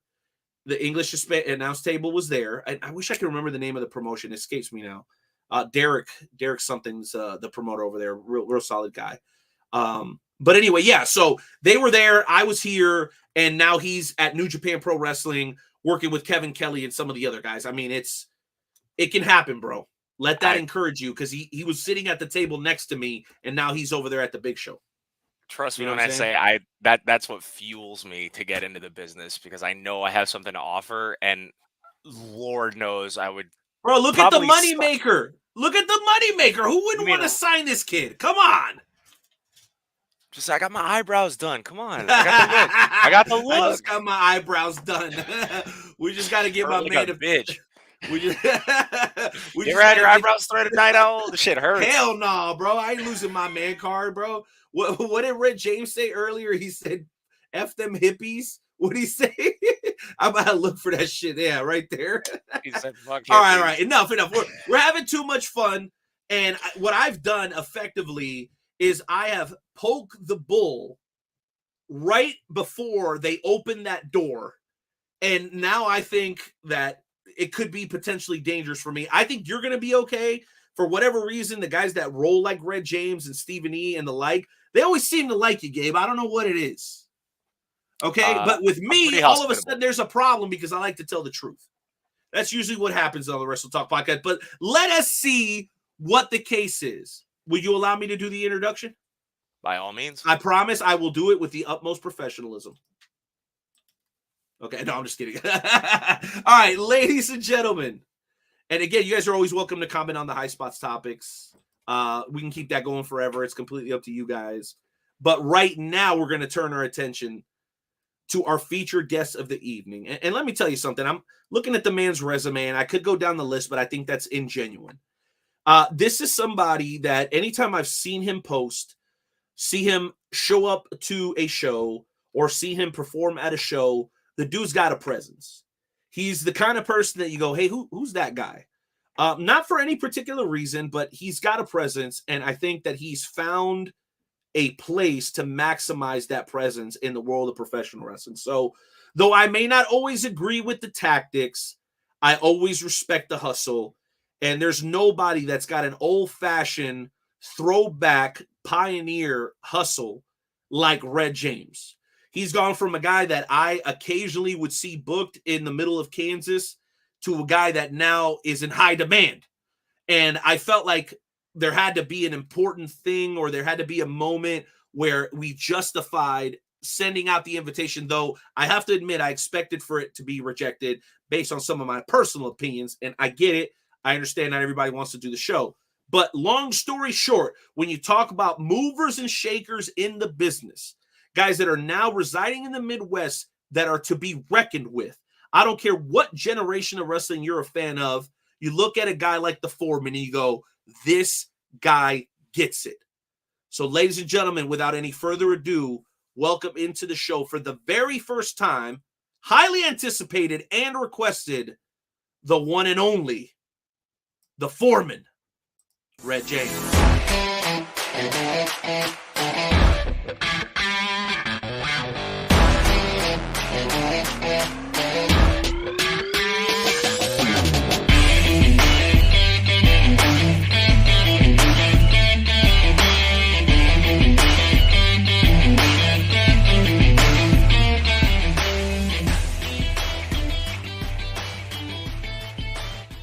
Ladies and gentlemen, the Foreman, Red James. Thank you, sir. Thank you for making the time. Welcome to the Wrestle Talk podcast, man. Let's talk wrestling. Talk. Can you hear me? Loud and clear, man. Okay. Are you oiling that thing? No. I blew dry it the other day, and it's been frizzy. There's no oil. There's my hair's crazy right now. It's been a couple of days since I blown dried it, and I just want to see what it would do, and I can't get it anywhere. So there's nothing. Nothing. I cannot relate. I will just say that. Listen, man, thank you for coming on the Wrestle Talk podcast. I know you're a student of the game, and I know you've also been watching the show. I just want to say I hope that we can have an amicable conversation. I hope that my opinions didn't come off as disrespectful. I just have a certain level of integrity that I like to see the guys that I support operate with, but I know my guy Gabe, he doesn't care what it takes to get the job done. So for that reason, I will respectfully let him go first with some of his questions and some of the stuff that we're going to talk about, and then I will jump in as I deem appropriate. Are you guys good with that? I'm good with that. All right, Gabe, take it away, baby. Well, I just want to say it's a pleasure to have you on the show, Red. And, as somebody who's actually trying to get my foot into the business, I have a lot of questions in reference to that. So I've actually heard that you got into wrestling recently. You said it was or around 2022, correct? Or 2021? Yeah, 2020. Well, I started training in 2021. Started wrestling in June of 2022. I've only been in the business for a year and a half. Wow. So what would you say are some of the biggest hurdles you've had to come? I mean, is it like the travel? Is it the bumps you've had to take? I mean, is there scheduling, anything like that? Probably all of it. Not getting say, I wanted to be a wrestler, and I was messing around, and they heard me do an announcer voice, and then I started calling matches, and then they got me into ring announcing, and that's not what I wanted to do. And then I started managing, and that's not what I wanted to do. So getting pigeonholed is the biggest hurdle. If you're what you want to do if you're not doing what you want to do, make sure you stop doing whatever that is and work your way towards doing whatever it is. And I'll be the first to admit, if they need ring crew, I'll do ring crew. If they need a security guard, I'll do security guard. If they need commentary, I'll do commentary. But it's not what I want to do. I want to be a wrestler on that show. But I'm willing to do everything. But if you're not willing to do everything and that spot's not open, So you might get pigeonholed in that other position because that spot's not open. And you got to be true to yourself. Is this what I want to do? Is ring crew what I want to keep doing? But there's not a wrestling spot, make yourself wanted as that wrestler spot. Or in your case, Gabe, you said you wanted to do announcing. Well, personally, I like to manage, if anything. Okay. Managing. So ring crew, security, and then you finally work your way to that, but don't get pigeonholed in security. That like there's pigeonholes, and people will be like, man, you're the greatest security guard we've ever had. And then they just put you there and stranglehold you into that position. They want you to stay in that spot, so to speak. Yeah. So that's the only hurdle that, be available to do everything, but keep your eyes on the prize. Push towards what you want, essentially. Yeah. So can I ask a side question to that? Because I think it's a great one, Gabe. So do you feel like your talent with a microphone, Red, your mouthpiece, let's just call it, do you think that can work against certain guys? Because someone may say, well, dude, you'd be a great commentator or ring announcer or what have you. But if your heart is really in wanting to be an in-ring talent, that you talk about pigeonholing, is that an instance where that sort of pigeonholing might happen? Yeah, it happened to me. I got pigeonholed doing announcing, and I got pigeonholed doing managing, and that just wasn't where I wanted to be. So yeah, I'm not saying I was really good. I was okay at what I was doing, and they needed somebody okay at doing that at that time in those places, and that's what happened to me. So just don't get stuck. Don't get stuck. It happens. It does. It happens to a lot of people. I see it happen a lot. Oh, you're great at doing that ring running. Ring running is another thing that happens. You got to go get the gimmicks and then get them back to the boys and girls who just so they don't lose their stuff. Oh, you're great at that. We're just going to have you do that. But they don't say they're going to just have you do that. You just wind up doing it. Exactly. They have a spot to fill, and whether or not they're going to put you somewhere else, I can understand that. So I wanted to mention, you said you were a big fan of watching WCW back in the day, or you watched plenty of WCW. And in fact, you mentioned that Ric Flair is one of your favorites. So I have to ask, what would you say is your favorite Ric Flair match, if you had to pick one? Oh, man. Back in, I think, 86. Oh, man, what was his name? It was the very first 5-star Dave Meltzer match. And it was back in 86. I can't remember the call, but that's it. If you Google Dave Meltzer 5-star matches, 1986, Ric Flair versus, I can't remember, but we're going to find it for you, Red. We're going to find it for you. Just continue on. It wasn't that long. It was about a 10-15 minute match. It was very technical. You hated Ric Flair from the very beginning for how dirty he was. You hated him from the very end. By the end of it, he pulled the I agreed to another match, but he didn't agree to it being a championship match. And you're like, oh crap, So it was classic Ric Flair stuff from the 80s. And that wasn't a WCW match. That was that was an NWA match. I forget what it. Classic NWA too. So just, man, I can't remember. The guy was a shoot wrestler, and he was working circles around Flair during that match. I'm trying to find it. I'm only only able able to continue on. Oh, but okay, it says the first match rated more than 5 stars by Meltzer was Flair and Steamboat in 89. Oh no, it must have been a 4-star match. Okay, no, Butch Reed in That's 1982. Yep, there Butch Reed. Go. Yep, it was for CWF. CWF, and guess what? In Florida, baby, it happened on Miami Beach. So that's what's up. That's why they made right. GTA 6 here. So CWF originated out of Tampa. They ran the show in Miami. It was Flair and Butch Reed, and it was April 7th, 1982. So there you go. Oops. Let's go. Got some homework tonight. Can I share my favorite Ric Flair match? Can I share my favorite? By all means, go the Rumble where he went. Oh, yeah, dude, I love that. When I was a kid, the Royal Rumble was my favorite, man. Showed up with the tag team title. Yep, there you go. The reason they did that too, right? Why? Because they I believe it was that they had gotten like a notice from WCW because they weren't you already know about the whole big gold belt situation, right? About Yeah, how, yeah, that part. he owned that belt, so that's why he didn't leave with it, or that why he took it. They Yep, had there's a the belt. version made that was slightly different, but they were like it wasn't distinct enough, so they just gave him the WWE Tag Team title instead. Ooh, Stephen E, he's Hey, in you our gotta get comment him, section. walk him out there with something, bro. That's I mean, Shout out if to the anybody makes it legendary work, Herb it's Simmons, by the way. Shout out to him. Herb Simmons. In All the right, and house, then yeah. all right, so I want to bring this back to our question. So Bring it. just a list of a couple of the dates you have coming here. I've got Heartland Championship Wrestling, Core Professional Wrestling, Native American Wrestling, Southwest Kansas Independent Lucha Libre.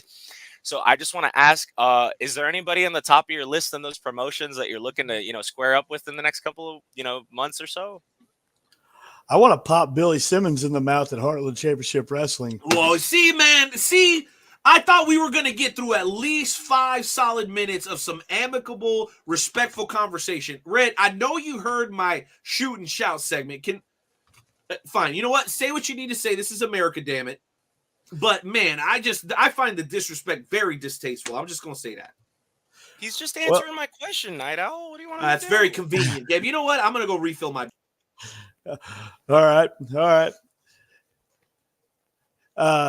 Heartland Championship Wrestling, I'd love to take on Billy Simmons.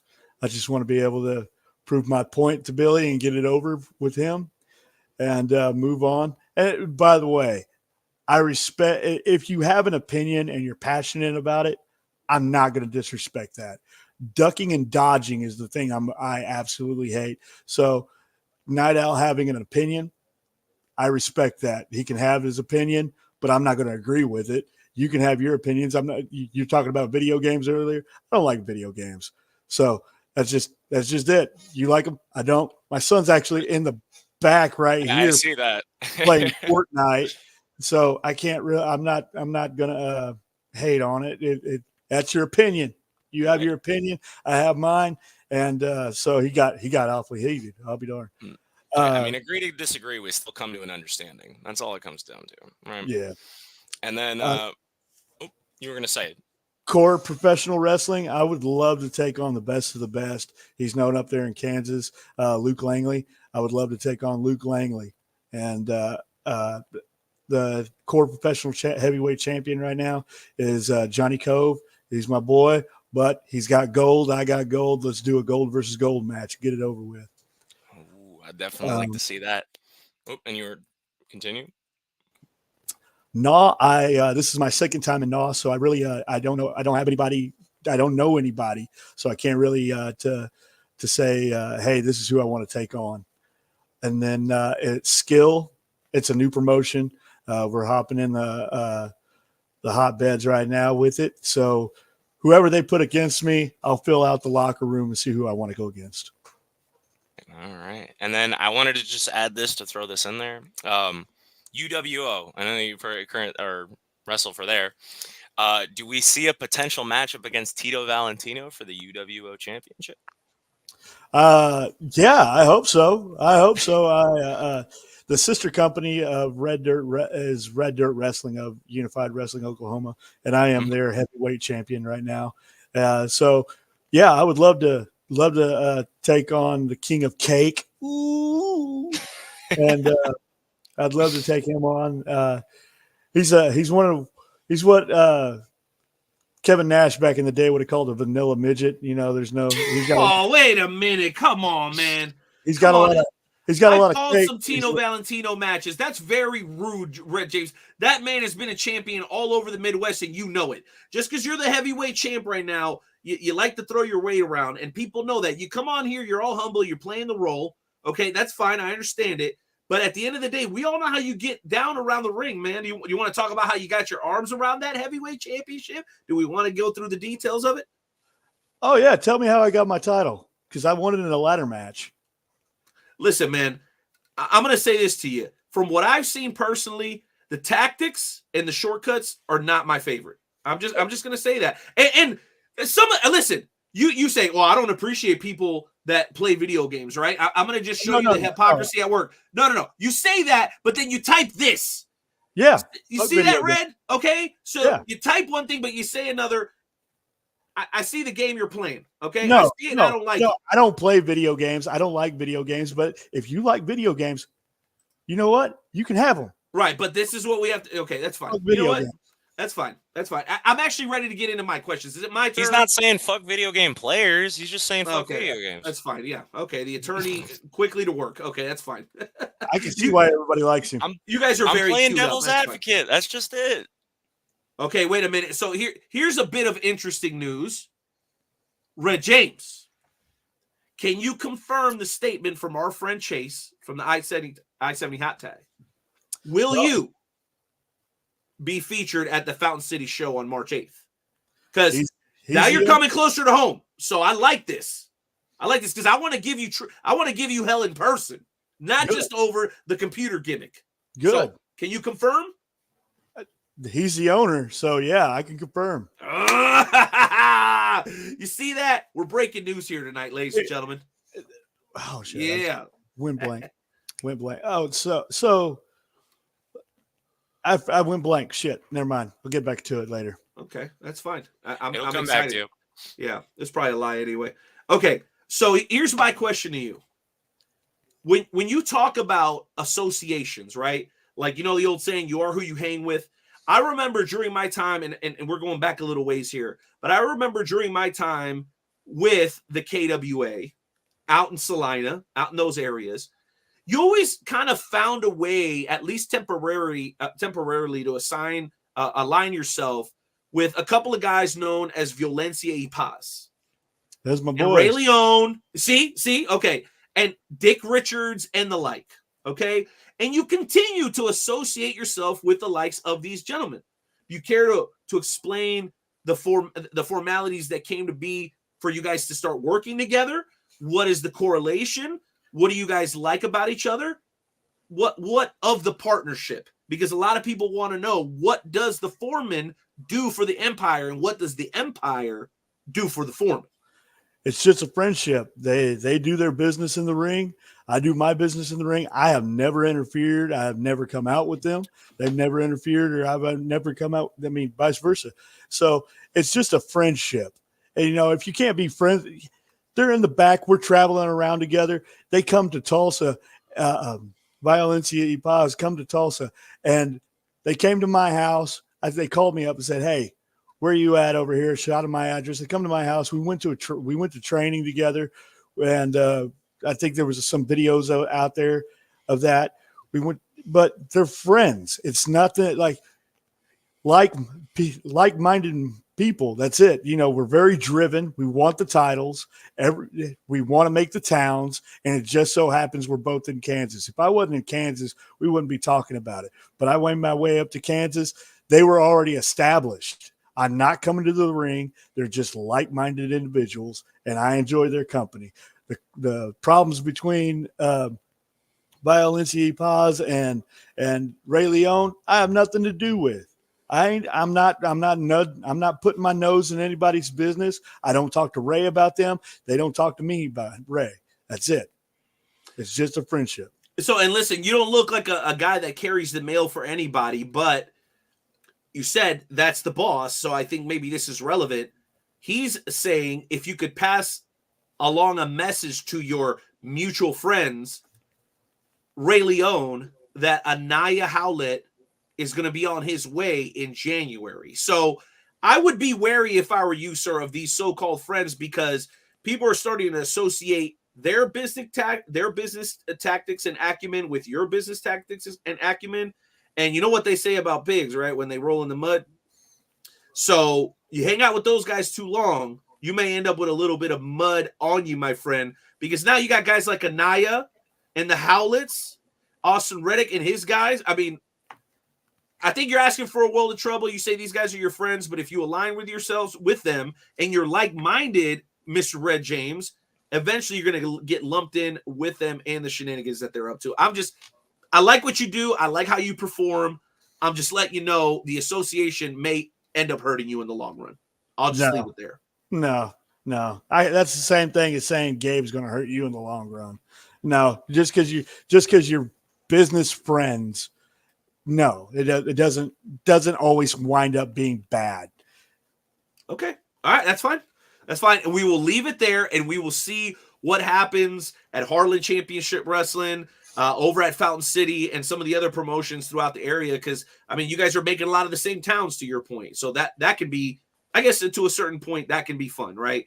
Developing those relationships, seeing guys across different promotions. So let me jump from that into my next question.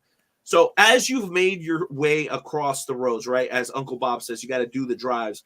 Can you share with us something interesting, funny, something memorable that has happened to you while you've been out there on the road? Have you guys ended up with a flat tire in a weird town or anything wild like that up to this point?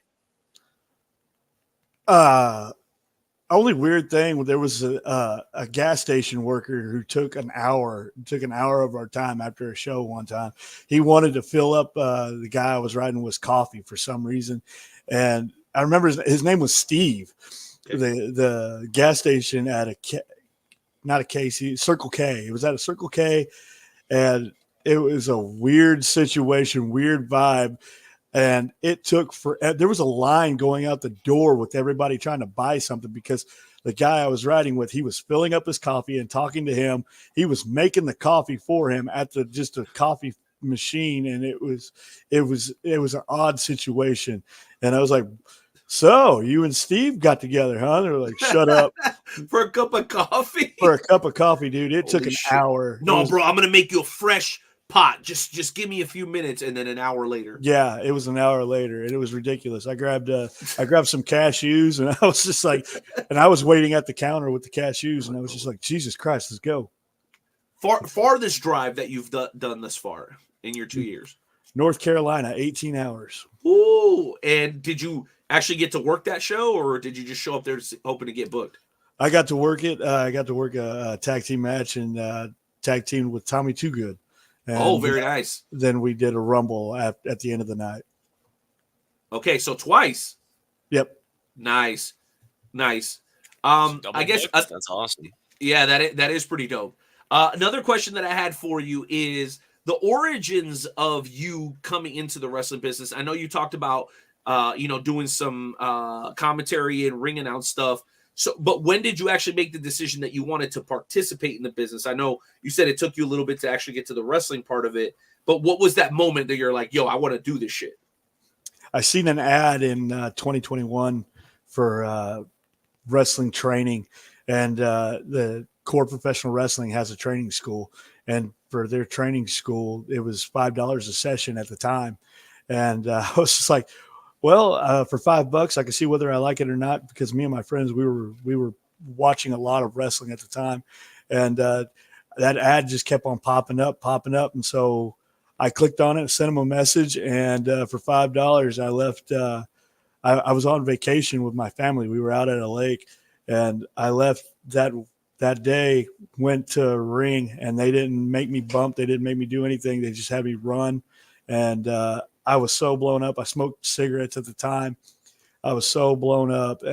And one thing nobody tells you about the rings is that it moves like you get seasick in the ring, and it moves like that. And so you're running around, go out, throw up, come back in, run around, do some rolls, come back out, go back out and throw up. I just rolled and I hit the ropes, and I was so bruised from head to toe just rolling and hitting the ropes that night. And I went back to the lake, and I handed my cousin my cigarettes. I said, "I'm done. I can't do this shit. It's I'm done." The other. Yeah, it's not worth it. It's done. And I came back. That was on Monday. I came back on Tuesday and Thursday, and then I found out there was another training school north of town after a couple of weeks, and I started training with them on Wednesdays. And yeah, so I was training Monday, Tuesday, Wednesday, Thursday, and then we would have shows on Fridays. So you just walked in. Yeah, walked right on in. You hear that, Gabe? Just walked in. Trust me, when I get this car fixed, I'm just walking in. There you go. Whenever the time is right for you, man. That's such an amazing story, and to me, may just be your story, but to me, it's inspiring, right? Like, if you get that itch, man, find where to scratch it, and the more credible the school you go to, I think the better. It gives you more opportunity, not only more opportunity to be successful and safe, but like more booking opportunities as well. So Any regrets since that day? Have you ever sat to yourself, you ever look back and go, man, I don't know why the hell I got myself. I drove to North Carolina for fucking $23 in a hot dog. You ever have any regrets on the road or long days, things that, days that make you wonder if this is what you want to keep doing? Curious about that. My first injury, I had my left leg pulled on, and it like misaligned my hip. And that was before my first professional wrestling match. I'm a father of two, got a wife, mortgage, car payment. I got stuff to do. And I had to go see a chiropractor and get my hips realigned. And during that two-month period, I was like, oh, Jesus Christ, what am I doing? What am I doing? What am I doing? And once I got back in the ring, man, it's been nonstop. I still have some pains, but the pains, like the wrestling match pain, the getting punched, that doesn't worry me. That doesn't worry me. Getting punched. I got the my ligaments in the bones, man. Yeah, ligaments and bones. Yeah. I got my teeth kicked out. I already had fake teeth, but they were veneers. Got kicked right in the mouth. Got my teeth knocked down my throat. Had to cough them up. I got punched so hard in the mouth it busted out my retainer. Now my bottom teeth are all crooked. So you a bad boy. That's what that means. You a bad boy. The bumps and bruises. Tougher than a $2 steak. Fuck yeah, yo, Mick Foley vibes. No, but getting hit with trash cans and going through doors, that stuff's easy. That stuff's easy. So there's some like that first time. That was the first time I was like, no, but getting to work getting to do shows in front of 200 to 300 kids at a boys and girls home. That was wonderful. The Salvation Army Boys and Girls Club. That was wonderful, and that makes highlight of your life when you get to do something like that, man.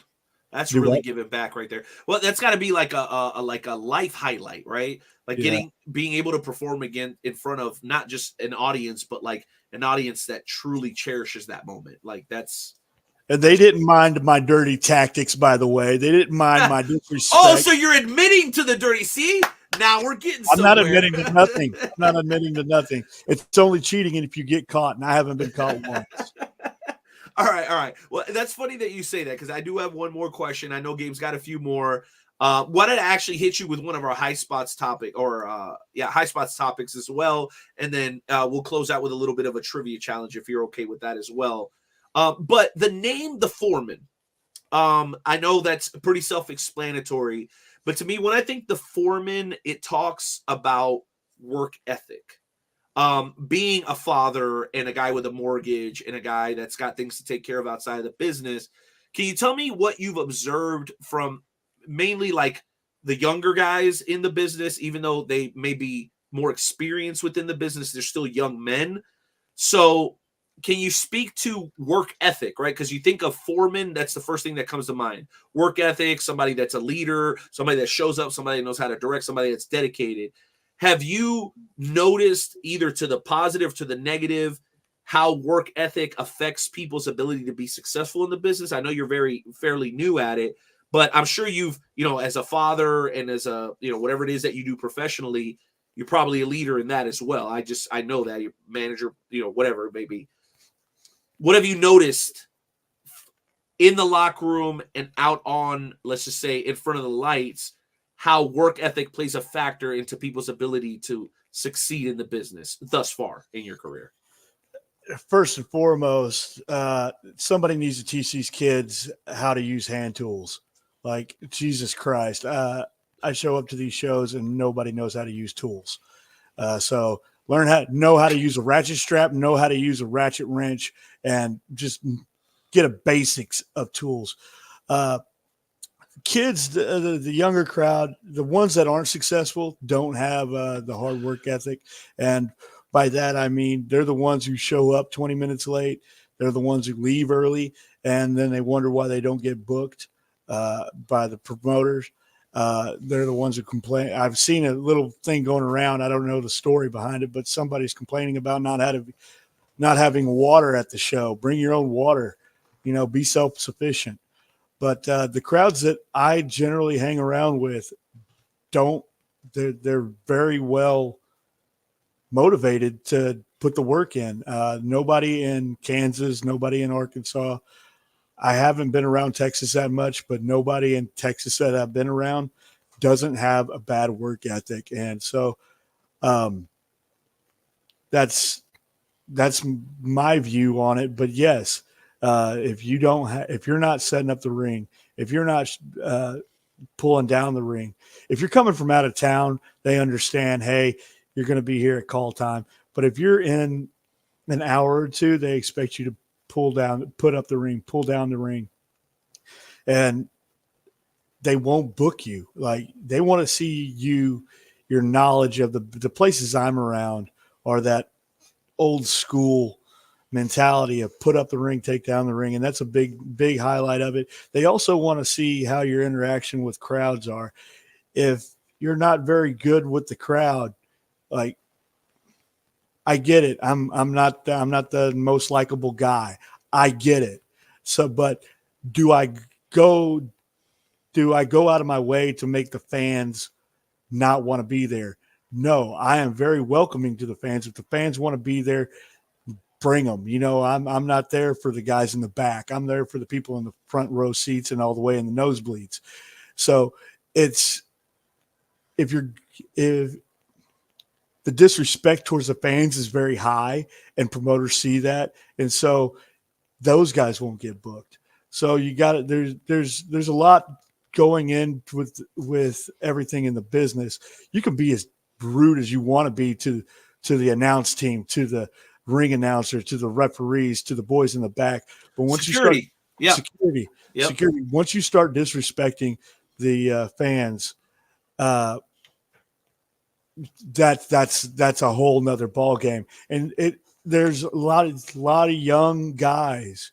I haven't seen it with the women, but a lot of young guys that. So wait. So are you telling me you don't condone guys that come out and throw water bottles into the crowd when they walk out? No, I condone that.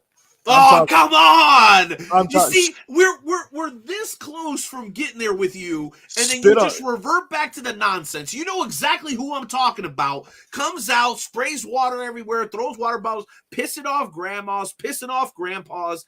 I mean, come on, Red James.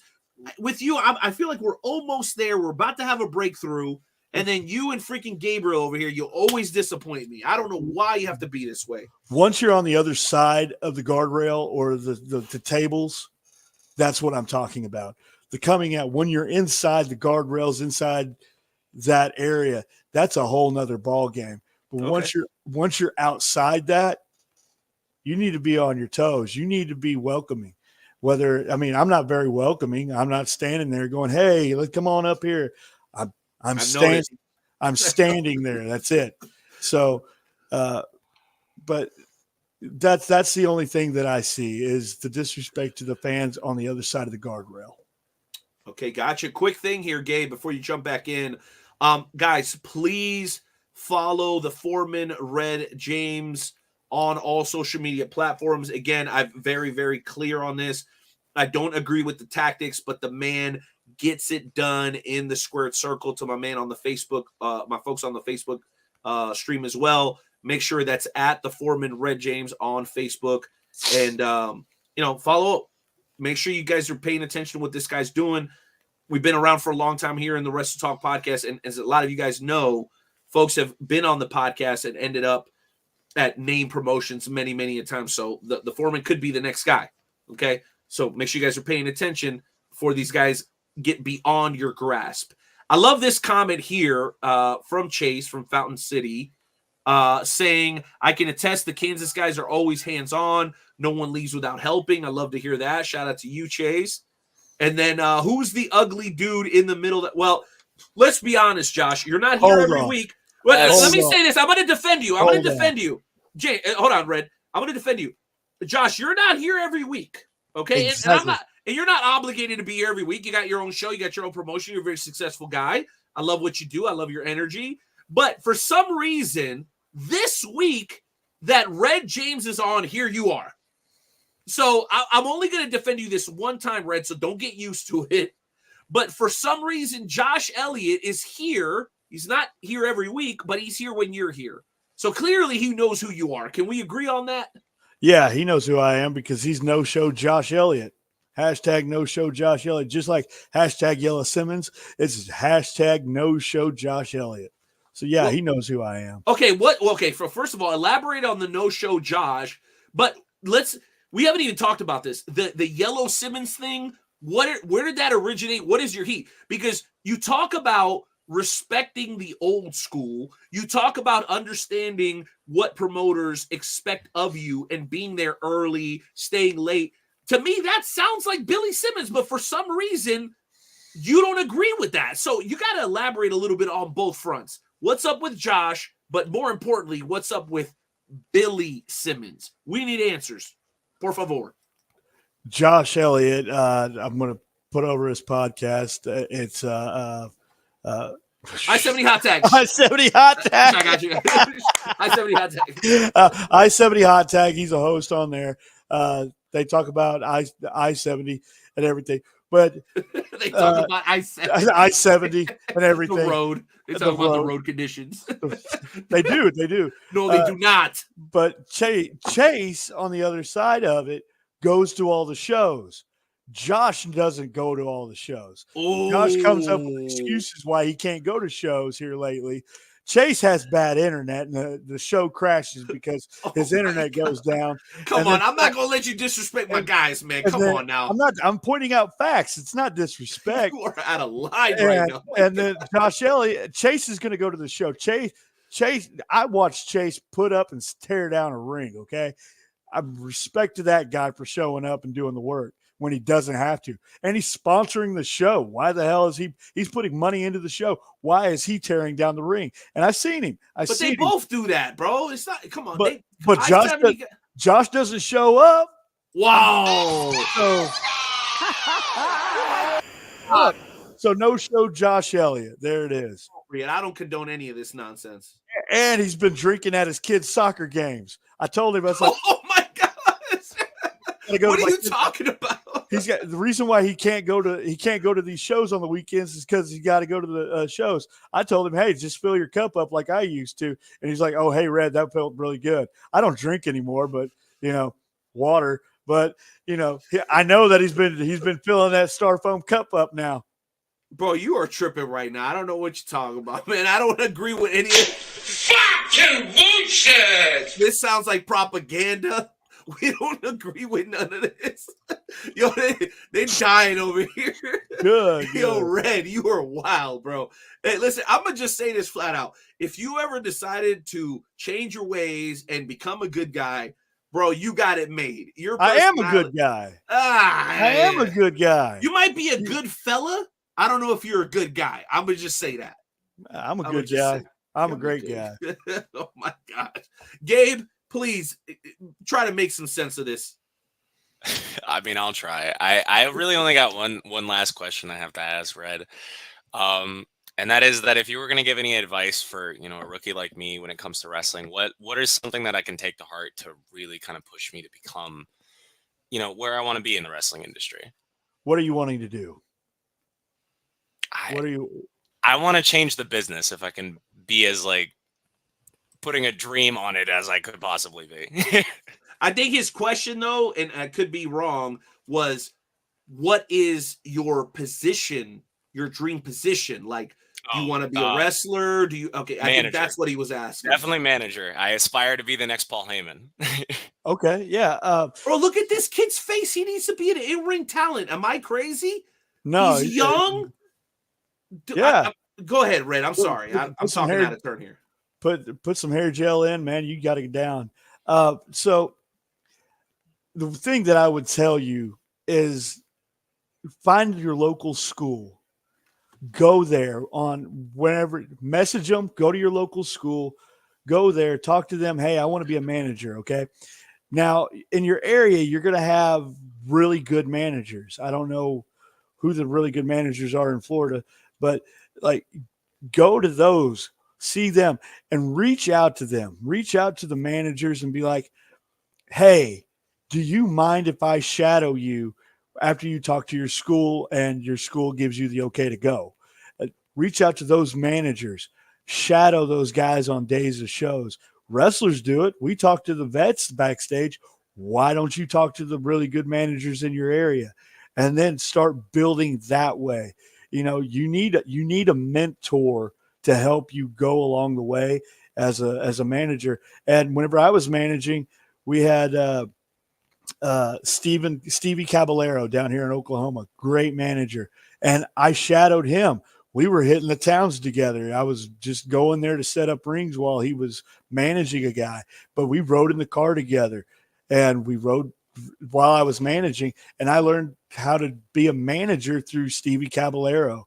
And whenever I see new managers coming in, I'm like, hey, if you don't block that, don't do this, because Stevie gave me those pointers. And if I'm ever managing anybody, I still know that, but you won't know that until you get around those guys that are good.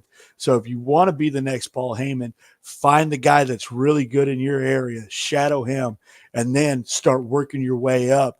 And then eventually, why the hell not? What's the worst thing that's going to happen if you message Paul Heyman? What's the worst thing that's going to happen? You get left on red.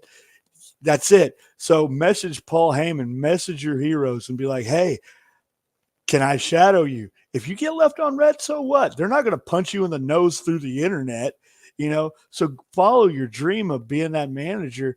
Know how to get. If you're wanting to start the hard way on the indies, and that's what it is. It's the hard way. That go that way. But if you're wanting to get into the WWE as a manager, you're wanting to get into the AEW as a manager, you want to get into those positions, find out how to get into those schools that they recruit from.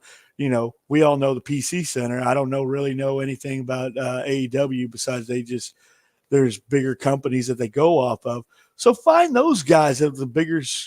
In Florida, they got a lot of schools, a lot of them, especially in Central Florida, where the PC is there. Yeah. For our folks in the South, School of Morton. Yeah. In the Midwest, there's the Tyler Black School. There's Harley's Place. There's a lot of great places, man. Like, you just got to be hungry for it, right, Red? You just got to want it. People say being competitive is unhealthy. I want to be so competitive. I am very competitive. So I want to be the best guy on the card. But here's the thing. I want to see everybody be the best guy on the card. I'm not going to worry. I'm worried about if so-and-so isn't coming up. I want to know why. I want to help them get up there. But that's just me. I want everybody to be so successful. And everybody seeing somebody's potential is different than what they want. So you got to let that go if they don't want it that bad. But be competitive. Try to help those around you, and you have to be competitive because there's people like me that see it and like, oh, I can get there this way. I can get there that way. And so you got to be competitive, but bring those around you up, and then all of you can be up and then hold each other accountable. I'm definitely going to take that to heart, and trust me. Go, man. I told you, gem after gem after gem, and we don't have to see eye to eye, even though my man admitted that he doesn't always keep it on the up and up, but it's fine. You know what? There's more than one way to skin a cat, and there's more than one way to oil a beard. Okay? Some people blow dry, other guys freaking put oil. That's fine. That's fine. Yo, and Red, you should see me with a beard. The fact that my wife and my grandma hate the beard is really heartbreaking because when my beard comes in, I'm going to be honest with you, I have the beard of a Spanish god. No, and that thing comes crazy, yo. But I kind of look like a little Taliban because I'm brown and all. Right, are you guys ready for tonight's edition of the Wrestle Talk Podcast Game Show Challenge? That's the question. Yeah, let's do it. Okay, here's the way it's going to work, gentlemen. We're going to get into a little bit of a trivia challenge. Okay, I'm going to be the moderator. Tonight, it's actually going to be, and we'll switch spots here momentarily, it is going to be the one and only co-host of the Wrestle Talk podcast, also former multi-time champion in the FWWC, and one of the newest and most resilient shining members of La Familia, Gabriel Arsene. Ladies and gentlemen, make some noise. And on the other side, ladies and gentlemen, we have a champion. We have a man that is continuing to wreck shop everywhere he goes. A little bit into Texas, some Oklahoma, a lot of Kansas. And he ain't done yet, ladies and gentlemen. He's already a champion, and he's only been doing this gimmick for about 2 years. His name is the Foreman, Red James. Make some noise. Yeah, let's go, baby. Let's go. Okay, so in a few moments, I'm going to hit a little bit of music. Then we're going to come back with a little bit of a trivia challenge. In this trivia challenge, again, it'll be Red James against Gabriel Arson. And you guys will have a best 2 out of 3 falls. I'll explain the rules a little bit more, but I'm going to repeat this a few times.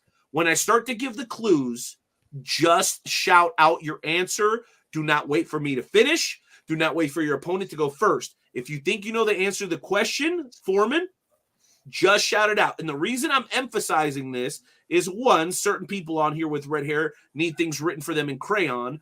Secondly, I don't want to be accused of bias. Okay? Yes, you heard a dog barking. That's my stomach. I'm hungry. Okay? Okay, guys. So let's go ahead and cue up the music as we get ready for tonight's edition of the Wrestle Talk Podcast Game Show Challenge. Again, Red James versus Gabriel Arson. Best 2 out of 3 falls. It's about to go down. Go ahead and cue it up, y'all. Episode 461 has been great, and it's going to get even better as we get the competitive juices flowing. I love how Red James said, I think competitive nature is a good thing in the business, not a bad thing. A lot of people try to down talk competitive nature, and guess what? We're going to put that theory to the test right here, right now. Hit the music, baby. Let's go.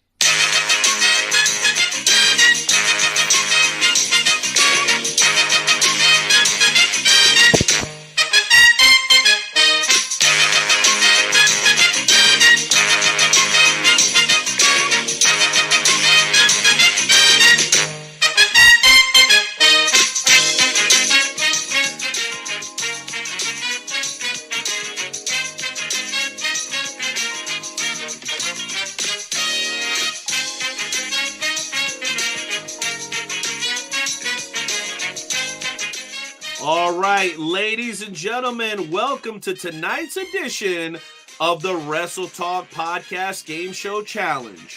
For this week's installment, for this week's installment, we again have Red James versus Gabe Arson. Tonight's contest is scheduled for a best 2 out of 3 falls. Okay? Tonight's show will determine if Red James can walk out with a victory on his very first appearance right here alongside the Wrestle Talk Podcast family. Gentlemen, tonight's category is called First and Last. In a few moments, I will give you information about 3 professional wrestlers who have the same first and last letter in their name. Again, they have the first and last letter in their name. When you think you know the answer, simply shout it out. The individual to win 2 out of 3 falls, gentlemen, understand the rules.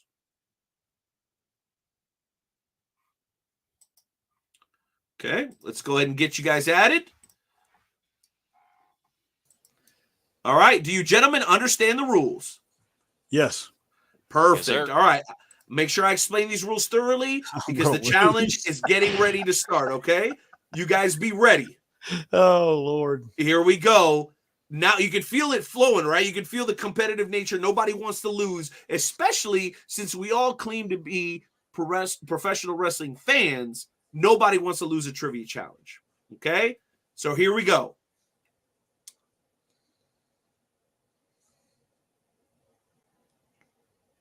Question number 1. Oh, let me make a correction here. The topic. I'm going to make a correction on the topic. The topic is actually going to be December WWE champions. Okay?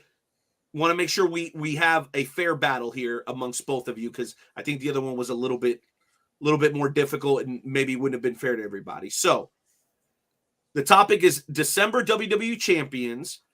I'm going to give you guys information about wrestlers who won championships in the WWE, okay, in the month of December. So again, when you think you know the answer, first person to shout it out scores the fall. So here we go. Question number 1.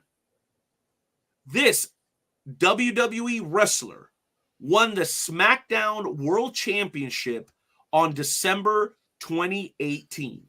JBL. JBL is a good guess, but it is incorrect. Seth Rollins? This is 2008. Oh, 2008. I heard 2018. Okay. You can currently see him wrestling in AEW. Edge? That is a great guess, but incorrect. You guys are definitely heading in the right direction. You can now see. Oh, wait, 2008. Never Christian mind. is incorrect. Another good guess, but incorrect. You can now see him compete alongside his brother in AEW. Please name this wrestler. Jeff Hardy. Jeff Hardy is correct. Gabe not have taken that Arson long. scores the first ball. Very well done. Very well done. The score is currently 1-0. Again, best 2 out of 3. Question number 2. On December 9th, 2001, this wrestler won 2 championships and became the first ever Chris Jericho. Chris Jericho. Chris Jericho is correct, and I'm going to check with the production. It sounds like the Foreman Red James came in just moments before Gabriel Arsene. So, gentlemen, we are currently tied 1-1. This one does it. Question number 3. On December 26th, 1983, this wrestler won the WWF Championship from Bob Backlund. Oh. Iron Sheik. The Iron Sheik is correct. Ladies and gentlemen, we officially have a winner. Make some noise from the Wrestle Talk Podcast very own Gabriel R.C.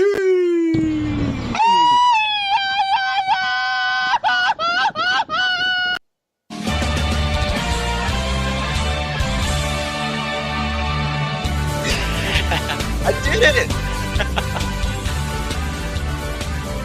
I should not have messed up as many on that first question, though. I said everything but the right answer. Okay, just for fun, I'm going to give you guys one more because I think you both have extensive wrestling knowledge, and I'm going to bring it a little bit more up to date. So, one more question just for fun. Let's see who gets it. This WWE wrestler is the last wrestler to win a WWE World Heavyweight Championship in the month of December. He is also one of the longest reigning champions in WWC history. Please name him. CM Punk. Incorrect. Brock Lesnar. Incorrect. Roman Reigns. Roman Reigns is correct. Well done. Well done, sir. Well done. Well done. But you guys, on both of the answers, at the both of the ones that were close, I mean, it was just seconds away. So kudos to both of you. But again, our winner tonight, Gabe Arsene. Congratulations, sir. Well earned. Well earned. Now, that said, when it comes to trivia, you may be the man. But when it comes to what happens inside the squared circle, amongst the three of us, there's only one that is a man to be respected. So, Red, before you go, 2 bits of business. Number 1, thank you for being here tonight. It's my pleasure and Gabe's pleasure to welcome you in as the newest member of the Wrestle Talk Podcast family. That is forever, my friend. Anytime you have anything to promote, anything to talk about, just hit one of us up, man. We will make time for you to join us on the show because you are a member of the fam. And number 2, where can people see you do what you do best in the very near future? Drop the socials too, if you don't mind. All right, let me pull it all up, man. I got it all locked and loaded. Hit us. Whoa, where'd it go? Hit me. Dead air. Nobody likes dead air. All Take right. your time, bro. It's all good. This is still better than having Gabe sing, so it's fine. Look, December 9th, Native American Wrestling in Watts, Oklahoma. December 16th, Southwest Kansas Independent Lucha Libre in Garden City, Kansas.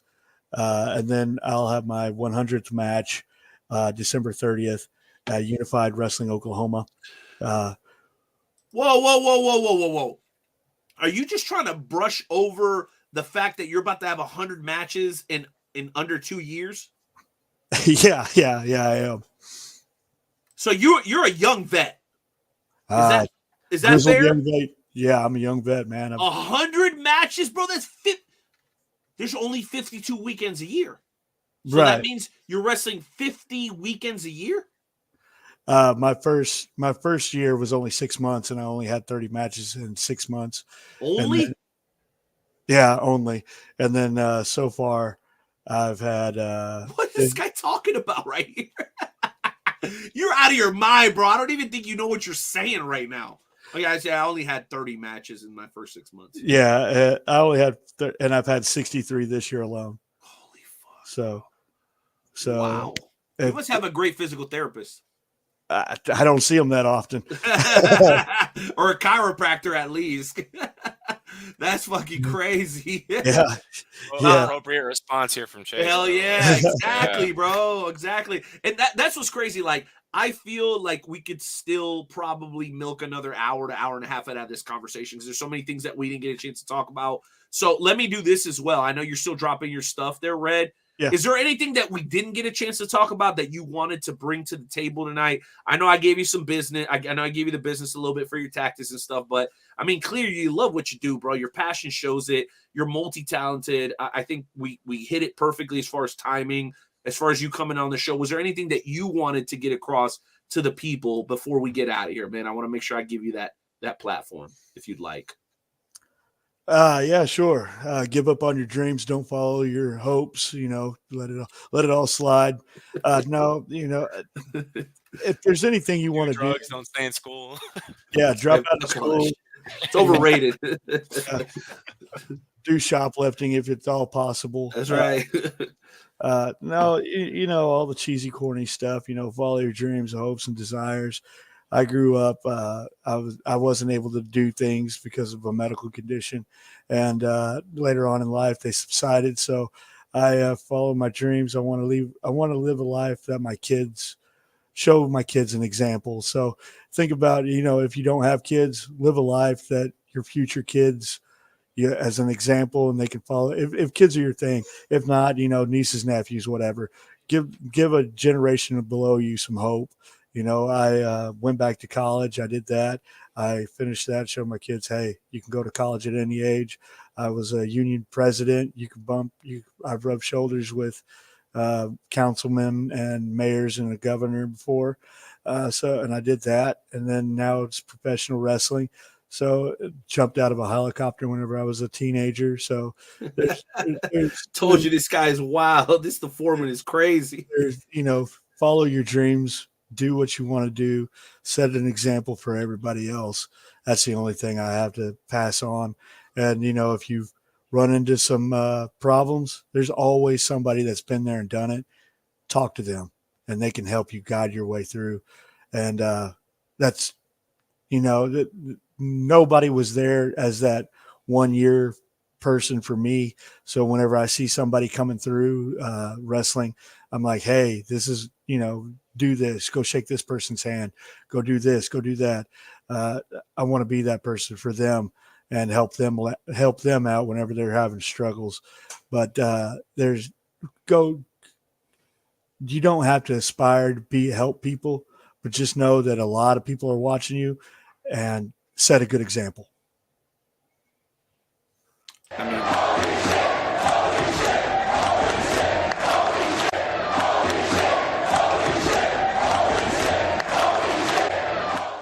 Why do I feel like Red James should have been born in 1870? Why do I get that feeling? Like he's like a throwback individual. Like, again, we don't agree on everything, but you got to respect it, man. You got to respect it. So, Red, all the best of luck to you in the future, man. Every promotion that you work at, clearly you're an asset. And as the newest member of the Wrestle Talk family, let me just reiterate again, man, anytime, bro, hit your boy the Night Owl up, hit up Gabe. We're here. Anything that we can do to help spread the word about what you've got going on, we're here for it, brother. Awesome. I do want to plug that I'm taking sponsors for merchandise. I have that going on. So if you want your name on the back of my shirt, I'll be selling them all through the year of 2024. So people who want to purchase a little thing, I might have to lower the prices to get people to get sponsors. No, hey, do this. So after the show, whether it's Facebook or X or YouTube, like drop a link to that at the bottom of the comment section. And we've had a lot of different people here over the last 2 hours and 25 minutes. So people will go back and see that, Red. So do us a favor, drop that info there. If you can't, just send it to me. I'll drop it. But yeah, absolutely, bro. Anything that you can do. That's why we don't sell t-shirts, bro. That's why we sell mugs and tumblers and stuff, because we know that the talent, you guys, the t-shirts and that sort of thing is your gimmick. So we definitely always want to respect it. So that said, Gabe, any final thoughts for the Foreman before we get out of here tonight? Other than I just hope you can. I mean, when's the soonest we can see you on the show again? Or if you're in Florida, be sure to hit me bro. up. I mean, yeah. It's been a pleasure. And I mean, I guess I'll just throw it to you, Night Owl, because I've been having a great night. And I have a message for you to deliver as well, if you don't mind. Obviously, we saw one for Ray Leon. I want you to tell Violencia and Paz on behalf of the Night Owl, no mames. No mames way. That's all I want to say. Ladies and gentlemen, he is Red James. I am the Night Owl. That is Gabriel Arsene. This was episode 461 at the Wrestle Talk Podcast. Red, say goodbye. Ladies and gentlemen, this was Wrestle Talk Podcast, and I am the Foreman Red James, and I always get the job done. Always, ladies and gentlemen, make sure you follow the Foreman Red James on all social media platforms. Woo! Gabe, thank you, bro. Thank you for all your contributions tonight. We knew there was going to be a long show, but it was going to be a show where we're going to cover a lot of different topics. Is there anything that you didn't get a chance to talk about that you absolutely wanted to touch on here tonight before we close out today's show? Honestly, I guess I'm just ready to tell you guys that I'm as soon as I get my foot in the door in this industry, like tomorrow is definitely like, you know what I mean? Just that I'm ready to like take all that advice that you guys are giving me, and then I want to be able to come back on the show and just tell everybody, hey, guess what? Our set is doing it. I'm in the business now. So other than that, I mean, 461, I'm hoping we can make it. Not even hoping, I know we're going to make it to 500. My fiance's been telling me manifest destiny, and I've been using the word hope a lot less because I'm willing stuff, So I'm action, willing, baby. For us. Exactly. Action. I want it to happen. Hey, action is how you get traction. Remember that, bro. Just like motion is the lotion, like Triple H told us back in Tough Enough. Action, that's how you get traction. You got to start going, being a part of this show every single week, get an opportunity to pick the brains of young, up-and-coming talent. And I don't know if he would take too kindly to be calling him young, but the fact that he's only been in the business for 2 years, I guess from that perspective, he's young, whether it's him or a guy that's been doing it for 20 years like Stephen E. or DAD from last week, Dad out of West Virginia, absolutely incredible talent. I don't know if you went back and listened to that interview, just a wealth of knowledge. So if you guys hate us and you think I'm lame and he's boring, that's cool. I don't blame you because my wife thinks the same thing, okay? But our guests are the shit. Everybody who tunes into the show, every member of the Wrestle Talk family has something to add. And quite frankly, bro, that's why we never finish the high spots topics, because the members of the Wrestle Talk family always have so many great things to add that we would get sidetracked. Like we might do 40 minutes on the first question. Why? Because people are commenting and we're going this way and we're going that way with it. I mean, absolutely incredible. I guess all I can say is thank you for being here tonight. We will be back next week. It may not be on Tuesday, because it's supposed to be Hoss and Big Sexy Chris Rodell. So we may end up doing a Wednesday show next week again. And then after that, we should be back to the regularly scheduled programming. But as far as getting to 500, Gabe, as long as you're willing to help me, bro, we will get to episode 500. How about that? Always, Night Owl. Always. Have a good night, bro. Say hello to the missus for me. Likewise. Peace. All right, ladies and gentlemen, allow me to be the one that close out tonight's show. thank you to everybody who tuned in, everyone who watches the replay, all of our incredible guests. Next week, we'll do our best to have Big Daddy P back, the Wrestle Talk Podcast resident chaplain. We'll do our best to have DeJuan Mills back, the CEO of the world's premier fantasy wrestling promotion, the FWWC. And remember, this Thursday, we do have the FWWC Tonight covering all things regarding the world's premier fantasy wrestling promotion. Last but not least, if you guys haven't picked up your Wrestle Talk Podcast Tumblr yet, please go ahead and shoot us a DM. It's $20 for the Tumblr with the logo, $5 extra for the customization on your name, and then shipping. So really about $35 if you're within the continental US. You get a piece of Wrestle Talk merchandise that is limited edition. Because remember, the mug went away. No more production. You guys get this, and they last a lifetime. Again, they will be with you far longer than any t-shirt or any sort of nonsense like that. And speaking of which, I did not forget, and I know I'm going a little long here. I apologize. I need to find it. The Rick Boogs t-shirt. We will announce sometime this week whether you guys brought the passion enough to claim the Rick Boogs t-shirt. If not, I'm just going to send it down to Gabe because he did an awesome job today. I almost wish I could send it to the guests, but you know what? I can't do that, unfortunately. Thank you guys. Thank you guys for being here tonight. Thank you guys for supporting the Wrestle Talk Podcast. And remember, we will be here every single week for you throughout all our social media platforms. We're on X. We're on YouTube. We're on Facebook. All I can say is this. Episode 461 was special for a whole lot of reasons. And there's absolutely no reason to doubt that next week's episode will be just as amazing. I am the Night Owl. On behalf of all of Team Wrestle Talk, you guys have a great night. Everybody be blessed. Take care of yourselves and each other. Peace.